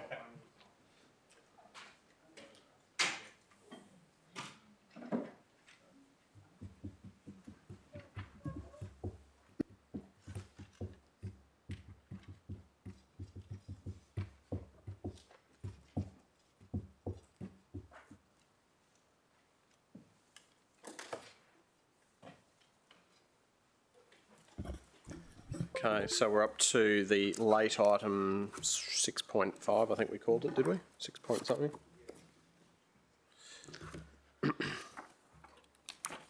So we'll get a presentation on that one. No problems. Good morning, committee. Through the chair, next up we do have item 6.5. This is a combined development application for a development permit for reconfiguring a lot for 1 into 16 for material change of use for a plan of development for 16 dwelling houses and operational works aspects. The application was code accessible. Here we have some further details of the proposal, including lot sizes ranging from 400 to 509 square metres, and the plan of development details, which proposes dwelling houses up to 2 stories and 9 metres in height, with 60% site cover for 1-storey dwellings and 50% site cover for 2-storey dwellings, and some minor variations to the setback outcomes for the low-density residential zone code. And as also mentioned, the applicant has provided additional operational works details to have those aspects approved as part of this combined application, including vegetation clearing and change to ground level. Here we have the subject site. This site was recently amalgamated from 2 lots into one, and has a total area of 8,600 square metres, and the site is a dual frontage lot with lot frontages to Jeff Walter Drive in the north and Cathedral Avenue to the south. Here we have the wider zoning locality plan. The site is located in the low density residential zone on the edge of an existing established residential area. And as discussed within the report, the applicable minimum lot size for the development is 400 square metres, as the subject site is dual frontage lot. Here we have the proposed ROL plan, proposing 16 freehold residential lots to be accessed via an extension from Jeff Walter Drive. Access easements are also proposed for driveway access and infrastructure running along the bottom of the site from lot 7 to 10. And we also have lot 900 in the bottom right-hand corner, which is proposed as a future drainage reserve, which will be transferred to council. The reserve will accommodate a future bioretention and detention basin for stormwater treatment, and also a public footpath connection through to Cathedral Avenue. Vehicle access from Cathedral Avenue is required only for basin maintenance vehicles. So it's not for the future residential lots. The plan of development is the MCU component of the application and seeks some minor variations, as mentioned, to the low density residential zone code. This is detailed within the report. Officers have assessed these and consider that they comply with the relevant performance outcomes of the code. Here's the proposed OPW plan, or operational works plan, for the change to ground level, being bulk earthworks to the site, involving cut and fill across the site to accommodate the road, civil works and future building pads. As also detailed in the report, it will result in internal and external facing retaining walls up to a maximum height of 1.5 metres and tapered with the lay of the land. And in regards to operational works for vegetation removal, there's 6 native trees which are to be retained in the Jeff Walter frontage of the site, essentially. The remainder of the vegetation is to be removed, which has been assessed by our arborist team, and they're accepting of that. Also just mentioning here that where those trees are to be retained in Jeff Walter Drive, that's now an informal turnaround pavement area. That's also to be reinstated as turf and will form an informal road reserve around the trees. There was also a performance outcome sought for lot frontage widths. The narrowest frontages are located around the cul-de-sac head, which is generally an expected outcome within cul-de-sac subdivisions and low-density residential zone. Officers have assessed these frontages against the relevant performance outcome, and we believe that the performance outcome is met as practical shaped lots can be achieved, and future street trees and street car parking spaces can all be provided at a level that we believe is acceptable. In regards to the retaining walls that are going to be resulting from the change to ground level application, they've provided a retaining wall layout diagram which shows the location of the retaining walls and their proposed heights. Officers have put a specific condition on that any external facing retaining walls will be to be finished with a split face finish, so it's a bit more of an attractive outcome for the surrounding neighbours and can minimise any visual impacts. This slide shows the typical dwelling house outcome for a 400 square metre site with 60% site cover and a frontage width of 12.5 metres. This is basically demonstrating that reasonable sized 4 to 5 bedroom dwelling houses can be achieved on the lots. The application also includes a new footpath connection to Cathedral Avenue through the future council drainage reserve. This was provided in response to the walkable neighbourhoods assessment benchmarks of the planning regulations and also in response to the Reconfiguring a lot code. I've just provided a bit of a further diagram of how that's going to link up with the surrounding footpath network. Basically just across from Cathedral Avenue, where the blue indicative lines is, that's where this future connection will link up with, and it's going to provide what officers believe is a valuable community piece of infrastructure, linking it to surrounding parks and footpaths and all that sort of thing. And just to be clear, as I mentioned before, no vehicle access for the proposed residential lots is proposed or required or will even be possible in the future for the residential dwellings. It's going to be a footpath connection only, and the driveway is going to be for city maintenance, city assets maintenance vehicles. And on that page, I've also got a photo of the existing footpath connection just directly across from Cathedral Avenue. The application was code accessible and no public notification was required. However, council did receive 3 written objections to the proposal, which we did review throughout the assessment process and provided response to the issues within the report. The key concerns within those correspondence revolved around existing stormwater and overland flow concerns from the subject site, given that it falls downhill towards houses on Cathedral Avenue, and also potential vehicle access from Cathedral Avenue.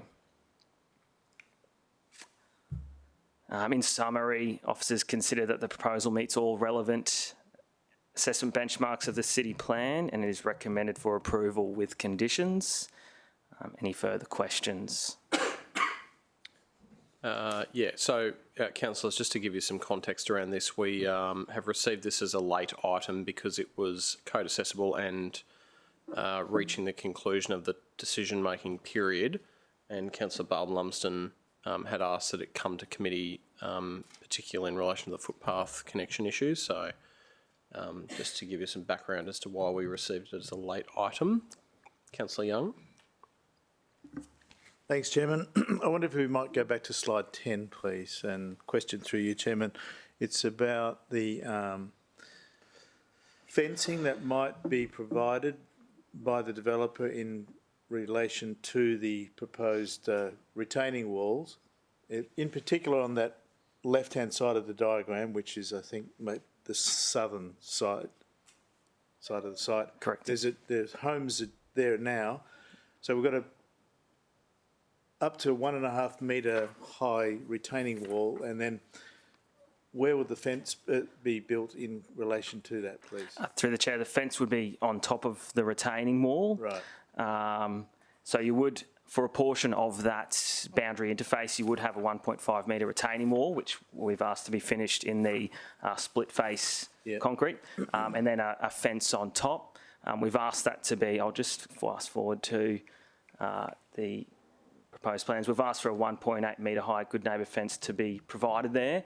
Your good neighbour fence is typically a colour-bond type fence or a timber fence that's got the smoother finish on both sides, essentially, so that it's not, one side doesn't get the more unattractive outcome. Yes, that's correct. And just further, just to be clear, Mr. Chairman, so the retaining wall and the fence are totally within the new sites, new allotments? Correct, through the chair. Yes, under the land development guidelines, the retaining walls have to be set in a minimum of 200 mil to the subject site. Depending on other factors, that could be slightly greater than that, but then the fence is going to be on top of that, so it's all completely within the subject site. Thank you. Yep. Thanks, Chairman. Councillor Barton-Lumsden, then Councillor Young. Thank you, Chair. So I asked for this to come through committee purely because I had members of the community from all bar one of the adjoining properties from Mitre Place, Cathedral and Primate get in touch. They're quite comfortable with all aspects. Their understanding of the 16 lots, the biobasin, the retaining walls, all those kind of things. The section they were concerned about was the footpath connection from the new cul-de-sac in Jeff Walter to Cathedral. They raised varying concerns as to why. I did say I don't know if any of them will come to fruition, but they're essentially comes down to they don't want to have the concerns of the industrial estate just to the north of Jeff Walter and the antisocial behaviours that occur there being able to make their way through. There's no footpath currently on Jeff Walter or Cathedral, so they didn't see it as much of a connection at all. The footpath shown on slide 13, for context, the blue lines on our city's mapping, the only section that actually is footpath is the bottom left on Cathedral. All the section through the reserve is called Batchworth Road Drain Reserve. The footpath is exclusively in the bottom left. Everything else is concrete that's shaped like a spoon drain. It's got a very clear V shape in person. And if someone was to say there was a trip hazard on those pieces of concrete, we'd need to put it through as a surface drain maintenance request. So I'm sure there's kids that ride their scooters and bikes and things along it, but in terms of a footpath connection, there is no footpaths in that immediate area on Cathedral or Jeff Walter. So for me, it just seemed like we've got the potential to cause distress, angst for 25 odd households with a footpath that doesn't actually connect to anything. What the residents have asked for is removal of that footpath from the new cul-de-sac of Jeff Walter to Cathedral and to have Cathedral fenced off with the equivalent property boundary kind of fencing as it currently is. They did say if there really was need for a maintenance vehicle to access from Cathedral, their understanding of that, but they'd like to see that as a gate on par with a property boundary fence.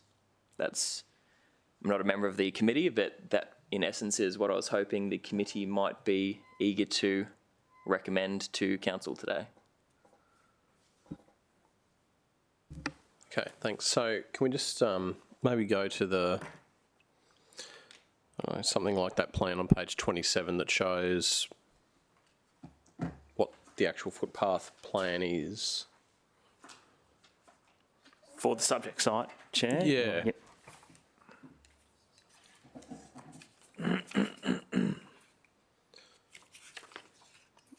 So just working from Jeff Walter down, that footpath that starts where the word Walter is, it doesn't continue, does it?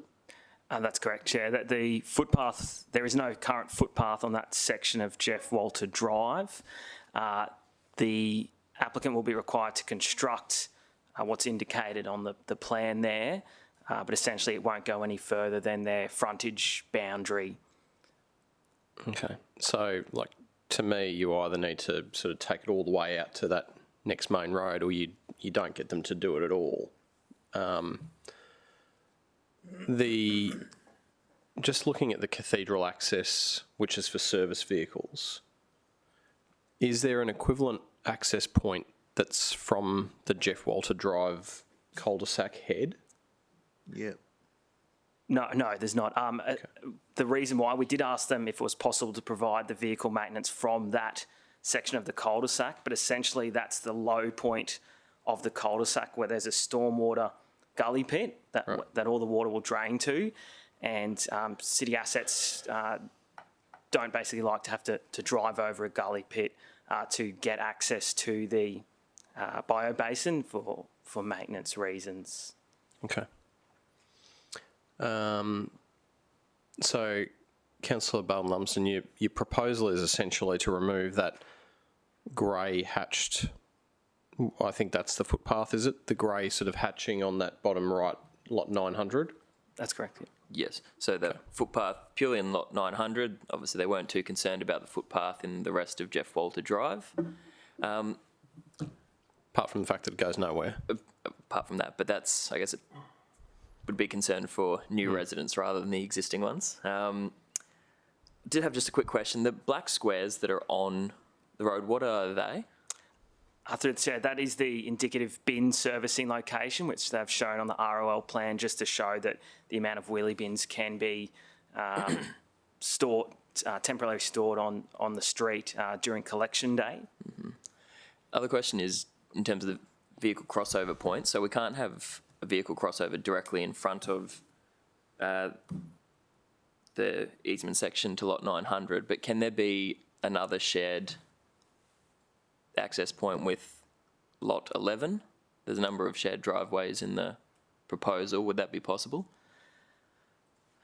Through the chair, we didn't investigate that specifically, but I believe what would end up resulting is you'd have a fairly wide, oddly angled driveway, I suppose, that's taking up room for a future street tree and turfed area and that sort of thing, I suppose, adding to the hard stand appearance of the street.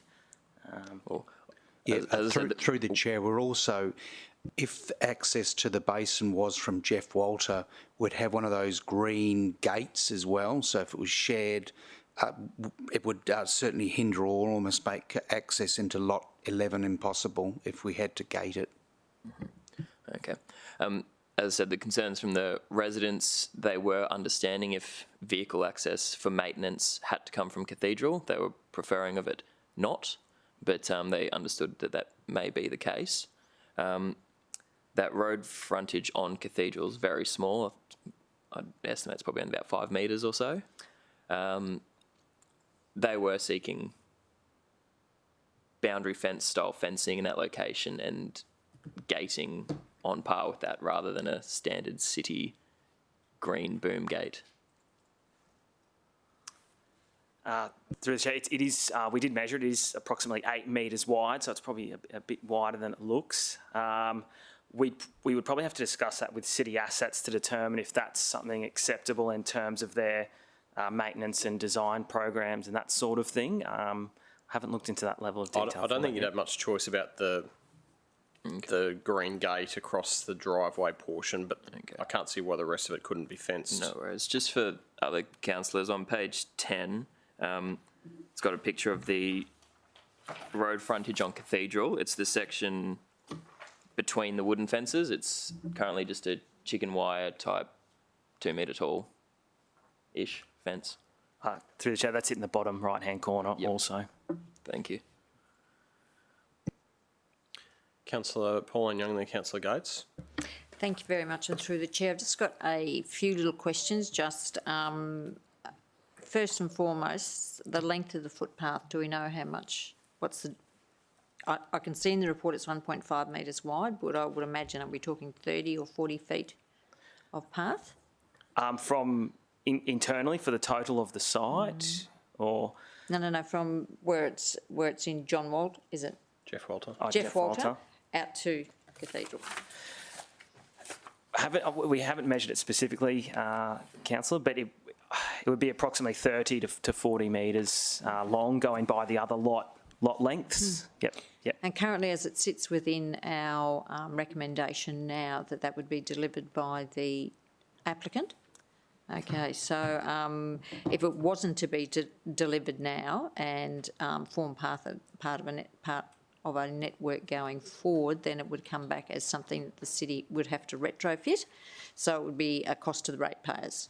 Through the chair, that's correct. That's obviously subject to any committee decision in terms of fencing and that sort of thing. But yes, if we don't get footpaths delivered at the ROL stage, then it's something that council have to deliver later on, potentially. And that includes, say, the frontage along Jeff Walter Drive, where they're just providing a small section that essentially ends in the middle of nowhere. It's I suppose, still seen as valuable to get that delivered at the ROL stage. Yeah, thank you for that. And so, and again through the chair, and we don't know the demographic of the people that are going to move into this area, but judging by the fact of the demand in the city. We could anticipate to have families in there with kids who are wanting to move from street to street, so it would provide that safer access. Also, and 8 metres wide there, it's going to be, if that's established as a footpath, and even if it's not sealed with concrete, people's natural way to access something is the shortest possible direction, so it's just going to become a dirt bowl, especially if it's just got a green gate across it, as we have with city maintenance. So whilst I understand why Councillor Barlin Lumsden's brought this forward, I just think that the future cost to the city, as well as the fact that we are continually promoting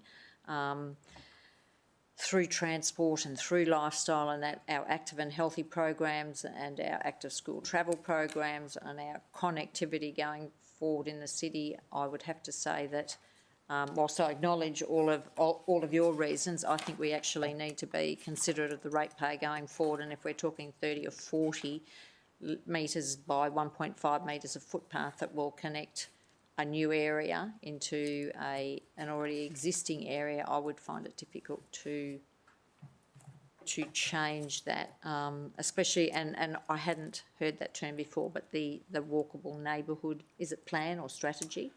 Through the Chair, that's correct. It was a new set of assessment benchmarks introduced by the state in September 2020. Okay. So it is relatively new. Yes. And it only applies to certain size reconfiguring a lot developments. Yeah. And if it's all right with the Chair, one more question. So if we were to gate that off or fence that off and think, so just vaguely, because we didn't get this late, does that change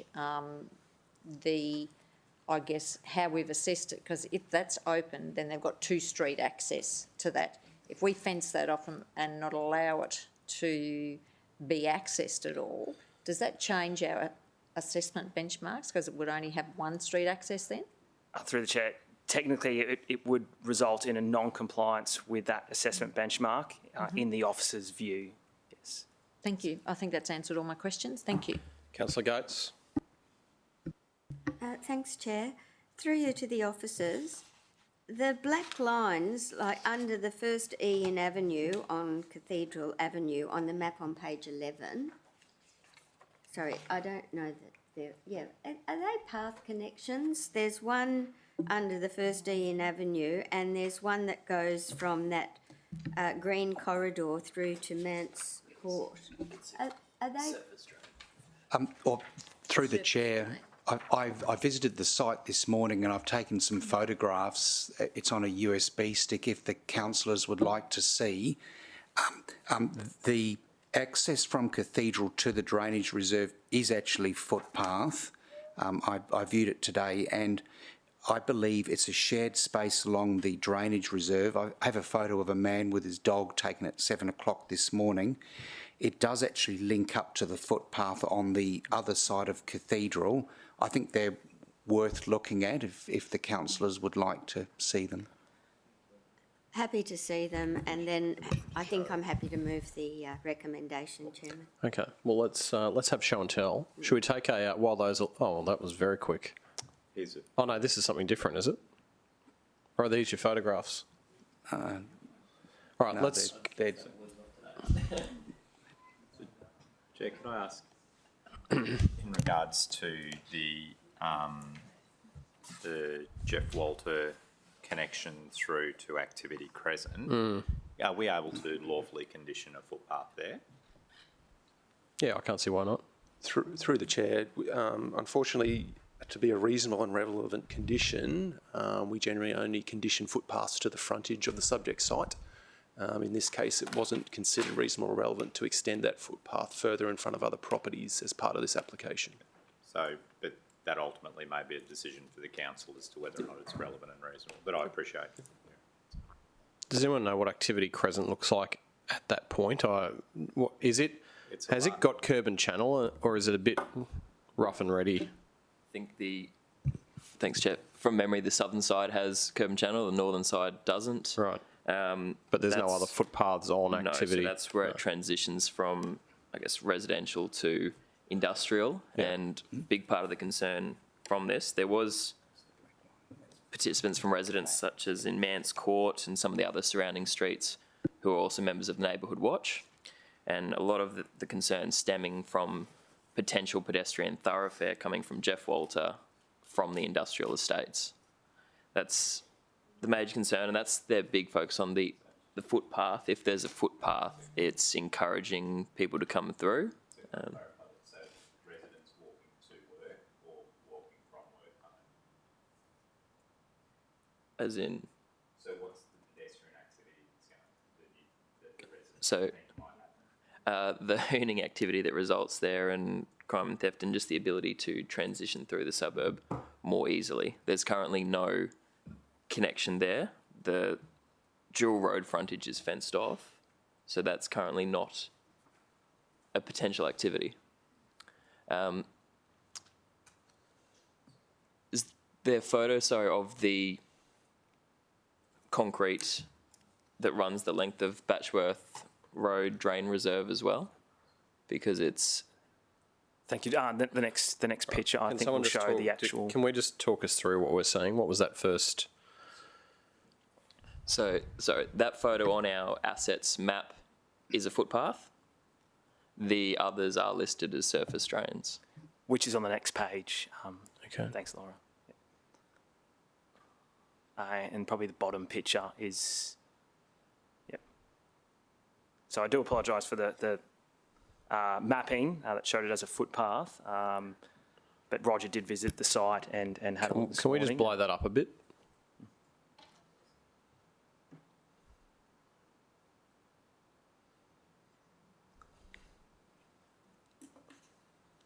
Okay, well that looks like footpath. Smells like footpath. It's shaped like this. Oh, no. It's a concreted spoon drain. That's the width of the guy's shoulders that's walking along the drain. It's not flat. You couldn't put a wheelchair across it. Is there appetite from the council after this to raise a general business item for a few $100,000 to turn these into footpaths? Yeah. LAW, go for it. You wouldn't want to do that, councillor, because you'd have drainage issues in your adjacent properties, so I think it's best. Not along the Batchworth Road Drainage Reserve. I meant along Cathedral and Jeff Walter Activity Crescent and Ashmore Road.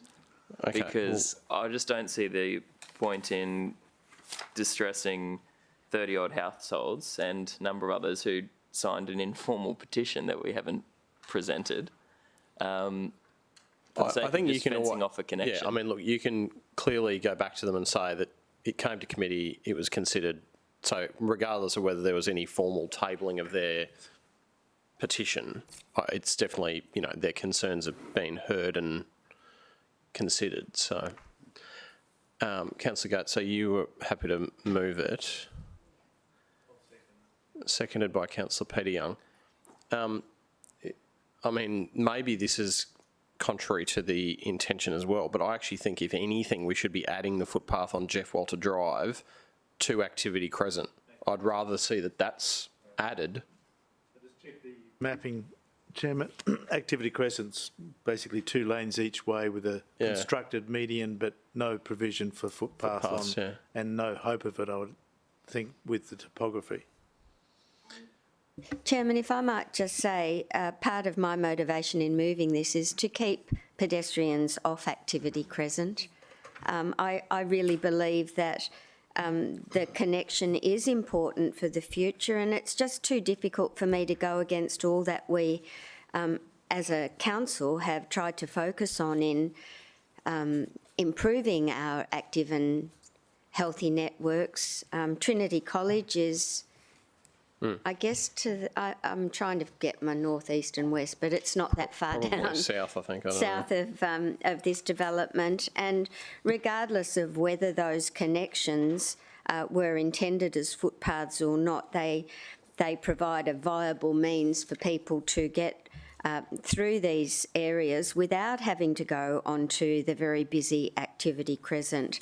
I know that street very well because I often sneak along that way and through the industrial area to access Smith Street and then the M1. And I think we're far better off for the future community of this area to have an alternative for active travel that goes through the back streets. I can't imagine why anyone from that industrial area would want to walk down there and through that area. For what purpose? For where they're heading, I just can't see that as a valid notion. So, for those reasons, and in complying with the strategies that we have in place to get people out of their cars and onto their feet and cycling, I'm happy to move the officer's recommendation. Okay. And second by Councillor Peter Young. Councillor Owen-Jones. And so whilst there's been feedback from the local neighbourhood watch group, I think that they may need to turn that around and think of the benefits that they're going to get from 16 new members of their neighbourhood watch group, and also there'll actually be active participation in surveillance of people in the area. So I think it's actually important and beholden on us as councillors to try to connect communities wherever possible. I have a very similar situation in Helensvale at Riverlinks, and there's an estate beside that called Serafina, where the residents were determined that they wanted to shut off an existing connection between those two estates for a whole variety of reasons. It couldn't be supported because one of the benefits of the connection between the two estates is that the local officer in charge of the Coomera Police Station actually used to run through that area as part of his morning routine. So sometimes what communities imagine as threats actually are the very opposite of that, and they're opportunities to actually connect better. And I think that that's ultimately what needs to be reinforced here with this particular community, and making sure that wherever possible we get the developer to pay for things that we otherwise aren't able to charge them. So we've got a hard cap on infrastructure charges. We've got an insatiable demand from a whole lot of people to say we should get developers to pay for stuff. This is a classic example of where I think it's actually entirely reasonable and relevant to get them to pay for this connection. Okay. Anyone else want to speak for or against? Councillor Bowden-Lumsden. Thanks, Chair. As I said, the residents and the existing residents in that community are largely welcoming of the application. They understand it's going to significantly improve overland flow with the addition of the biobasin. It'll alleviate a lot of those concerns they currently have.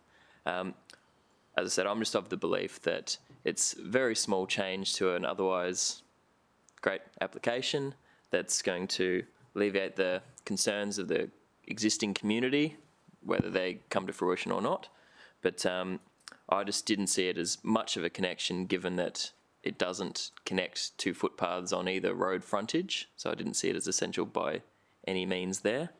And I think there's 3 other lots currently on Jeff Walter, and one of which is doesn't have residents living at it.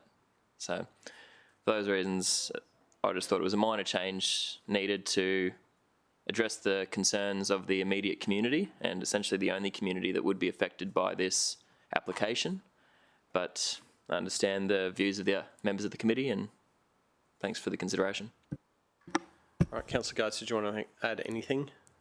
No, I want to say good on Councillor Bowden-Lumsden for having a crack for his community, but overwhelmingly I think we have to rely on the strategies we've put in place for connectivity, and that's my motivation in moving the officer's recommendation. All right, thank you. We'll take the vote. All in favour? Against? Carried. All right, councillors, are there any items of general business?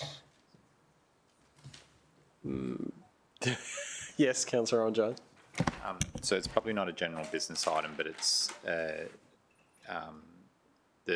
I've recently come across a set of circumstances in Hope Island where the Planning Act is being used to exempt a particular development from coming to council, and that's been quite a concern to that local community. And I don't know whether or not there is anything that the city can do in order to change the way that those items might come forward in the future. And it's effectively a community residence in a low density area where 6 one-bedroom apartments are being built under one roof, and it's exempt. It would appear to be completely exempt from the council having any input because there's state legislation that does that, and I just it's staggering. So sorry, that's not what I was expecting you to be talking about. So I thought you were talking about the Hope Island Act. I'd like to just explain talk to about me that as well. So, so there's a planning regulation that exempts from an assessment process a community residence. So six individual residents plus one carer, and as long as there's a minimum of 4 car spaces.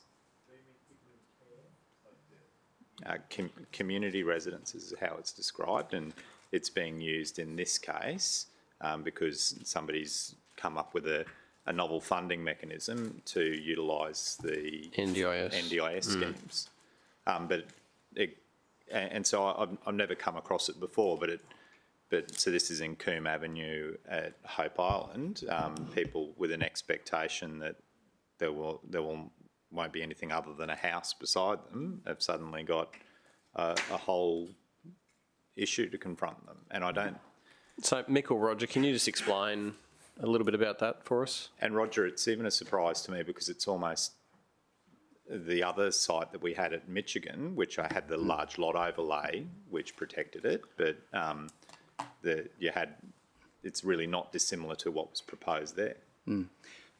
Through you, Mr. Chair, we have provided some advice to the applicant on the term community residence.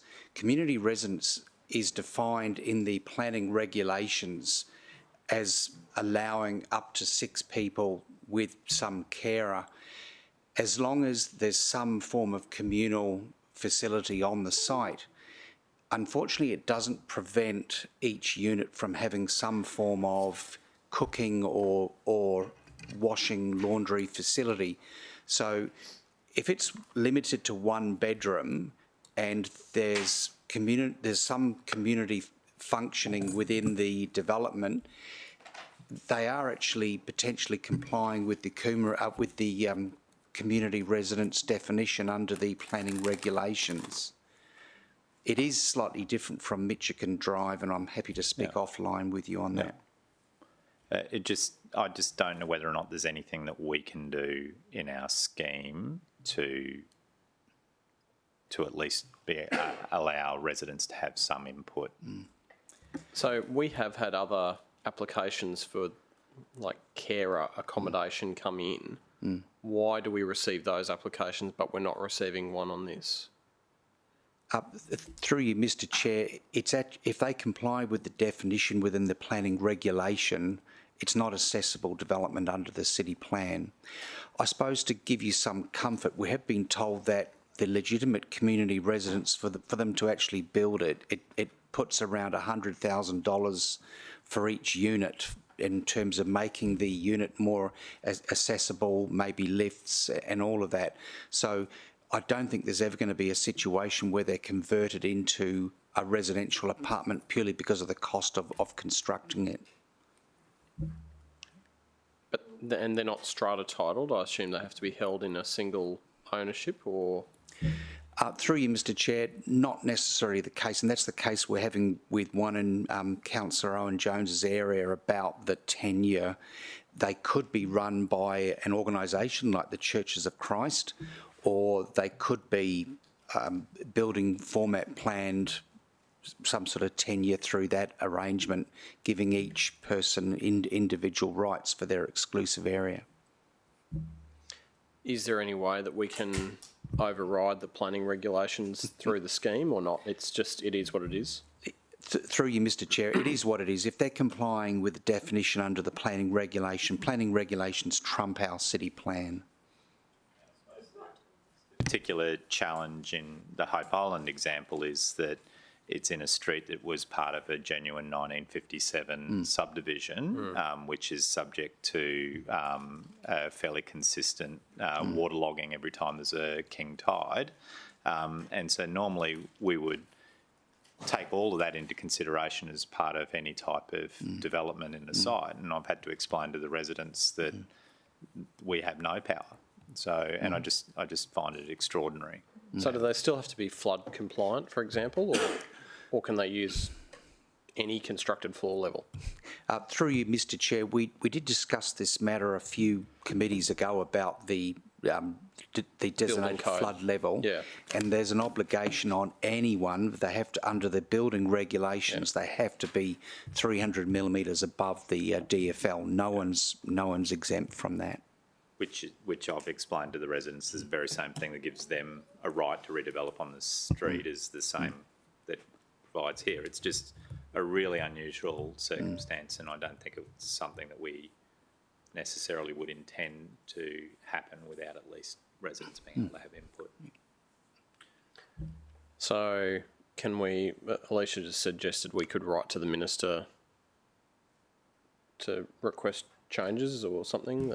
We could do that through you, Mr Chair. Councillor Gates and I could also raise it at the next SEQ RPC as well. We have the minister in the room at that stage as well. So maybe that second option is the better option. I mean, I think we're all. It's a loophole that people can just drive a truck through, and I don't think anybody has the problem with the idea of providing really good living outcomes for people and salt and peppering them through a community, all of that. But it really does fly in the face of what we try to achieve in our city plan. The residents just cannot understand how it's happened and just automatically assume that you know we've been involved somehow. Does that also mean that they don't have to stick to height limits, for example? Through you, Mr Chair, that is a good question. So the DFL's definite. Yeah. I believe that they still have to comply with benchmarks. It's a bit technical, but it becomes building works as opposed to material change of use. The building works provisions under the Building Act and the relationship with the Planning Act still require those key benchmarks to be maintained. So in a short way, yes, correct. But we actually don't even see the plan. So the only reason why I have a copy off the floor plan is by the goodwill of the actual proponent. So I've got at least 3 residents who have genuine concerns in regards to privacy, and there's no elevations or anything that I can show them, and I can't give them any guarantee other than it's privately certified and it either complies or it doesn't comply. So. I don't need to raise an item in regards to the Hope Island matter yet, because I think the city solicitor and the director are all over it, hopefully. I'm not raising it. As is the state member probably after your meeting last week. Yeah. Okay, so are we happy to just leave that to the director, Councillor Owen Jones? Yes, thank you. Okay. So I think to raise it at that thing first, at that forum is probably the appropriate place. Tell me what the other issue is. I will have to, offline, I'll tell Provide Councillor a briefing Gates the other issue. How long have you got? It was actually the former council. Yeah. Would have been. Acting in Would have been, as we saw in Baltimore Court. I was just but one vote. I see.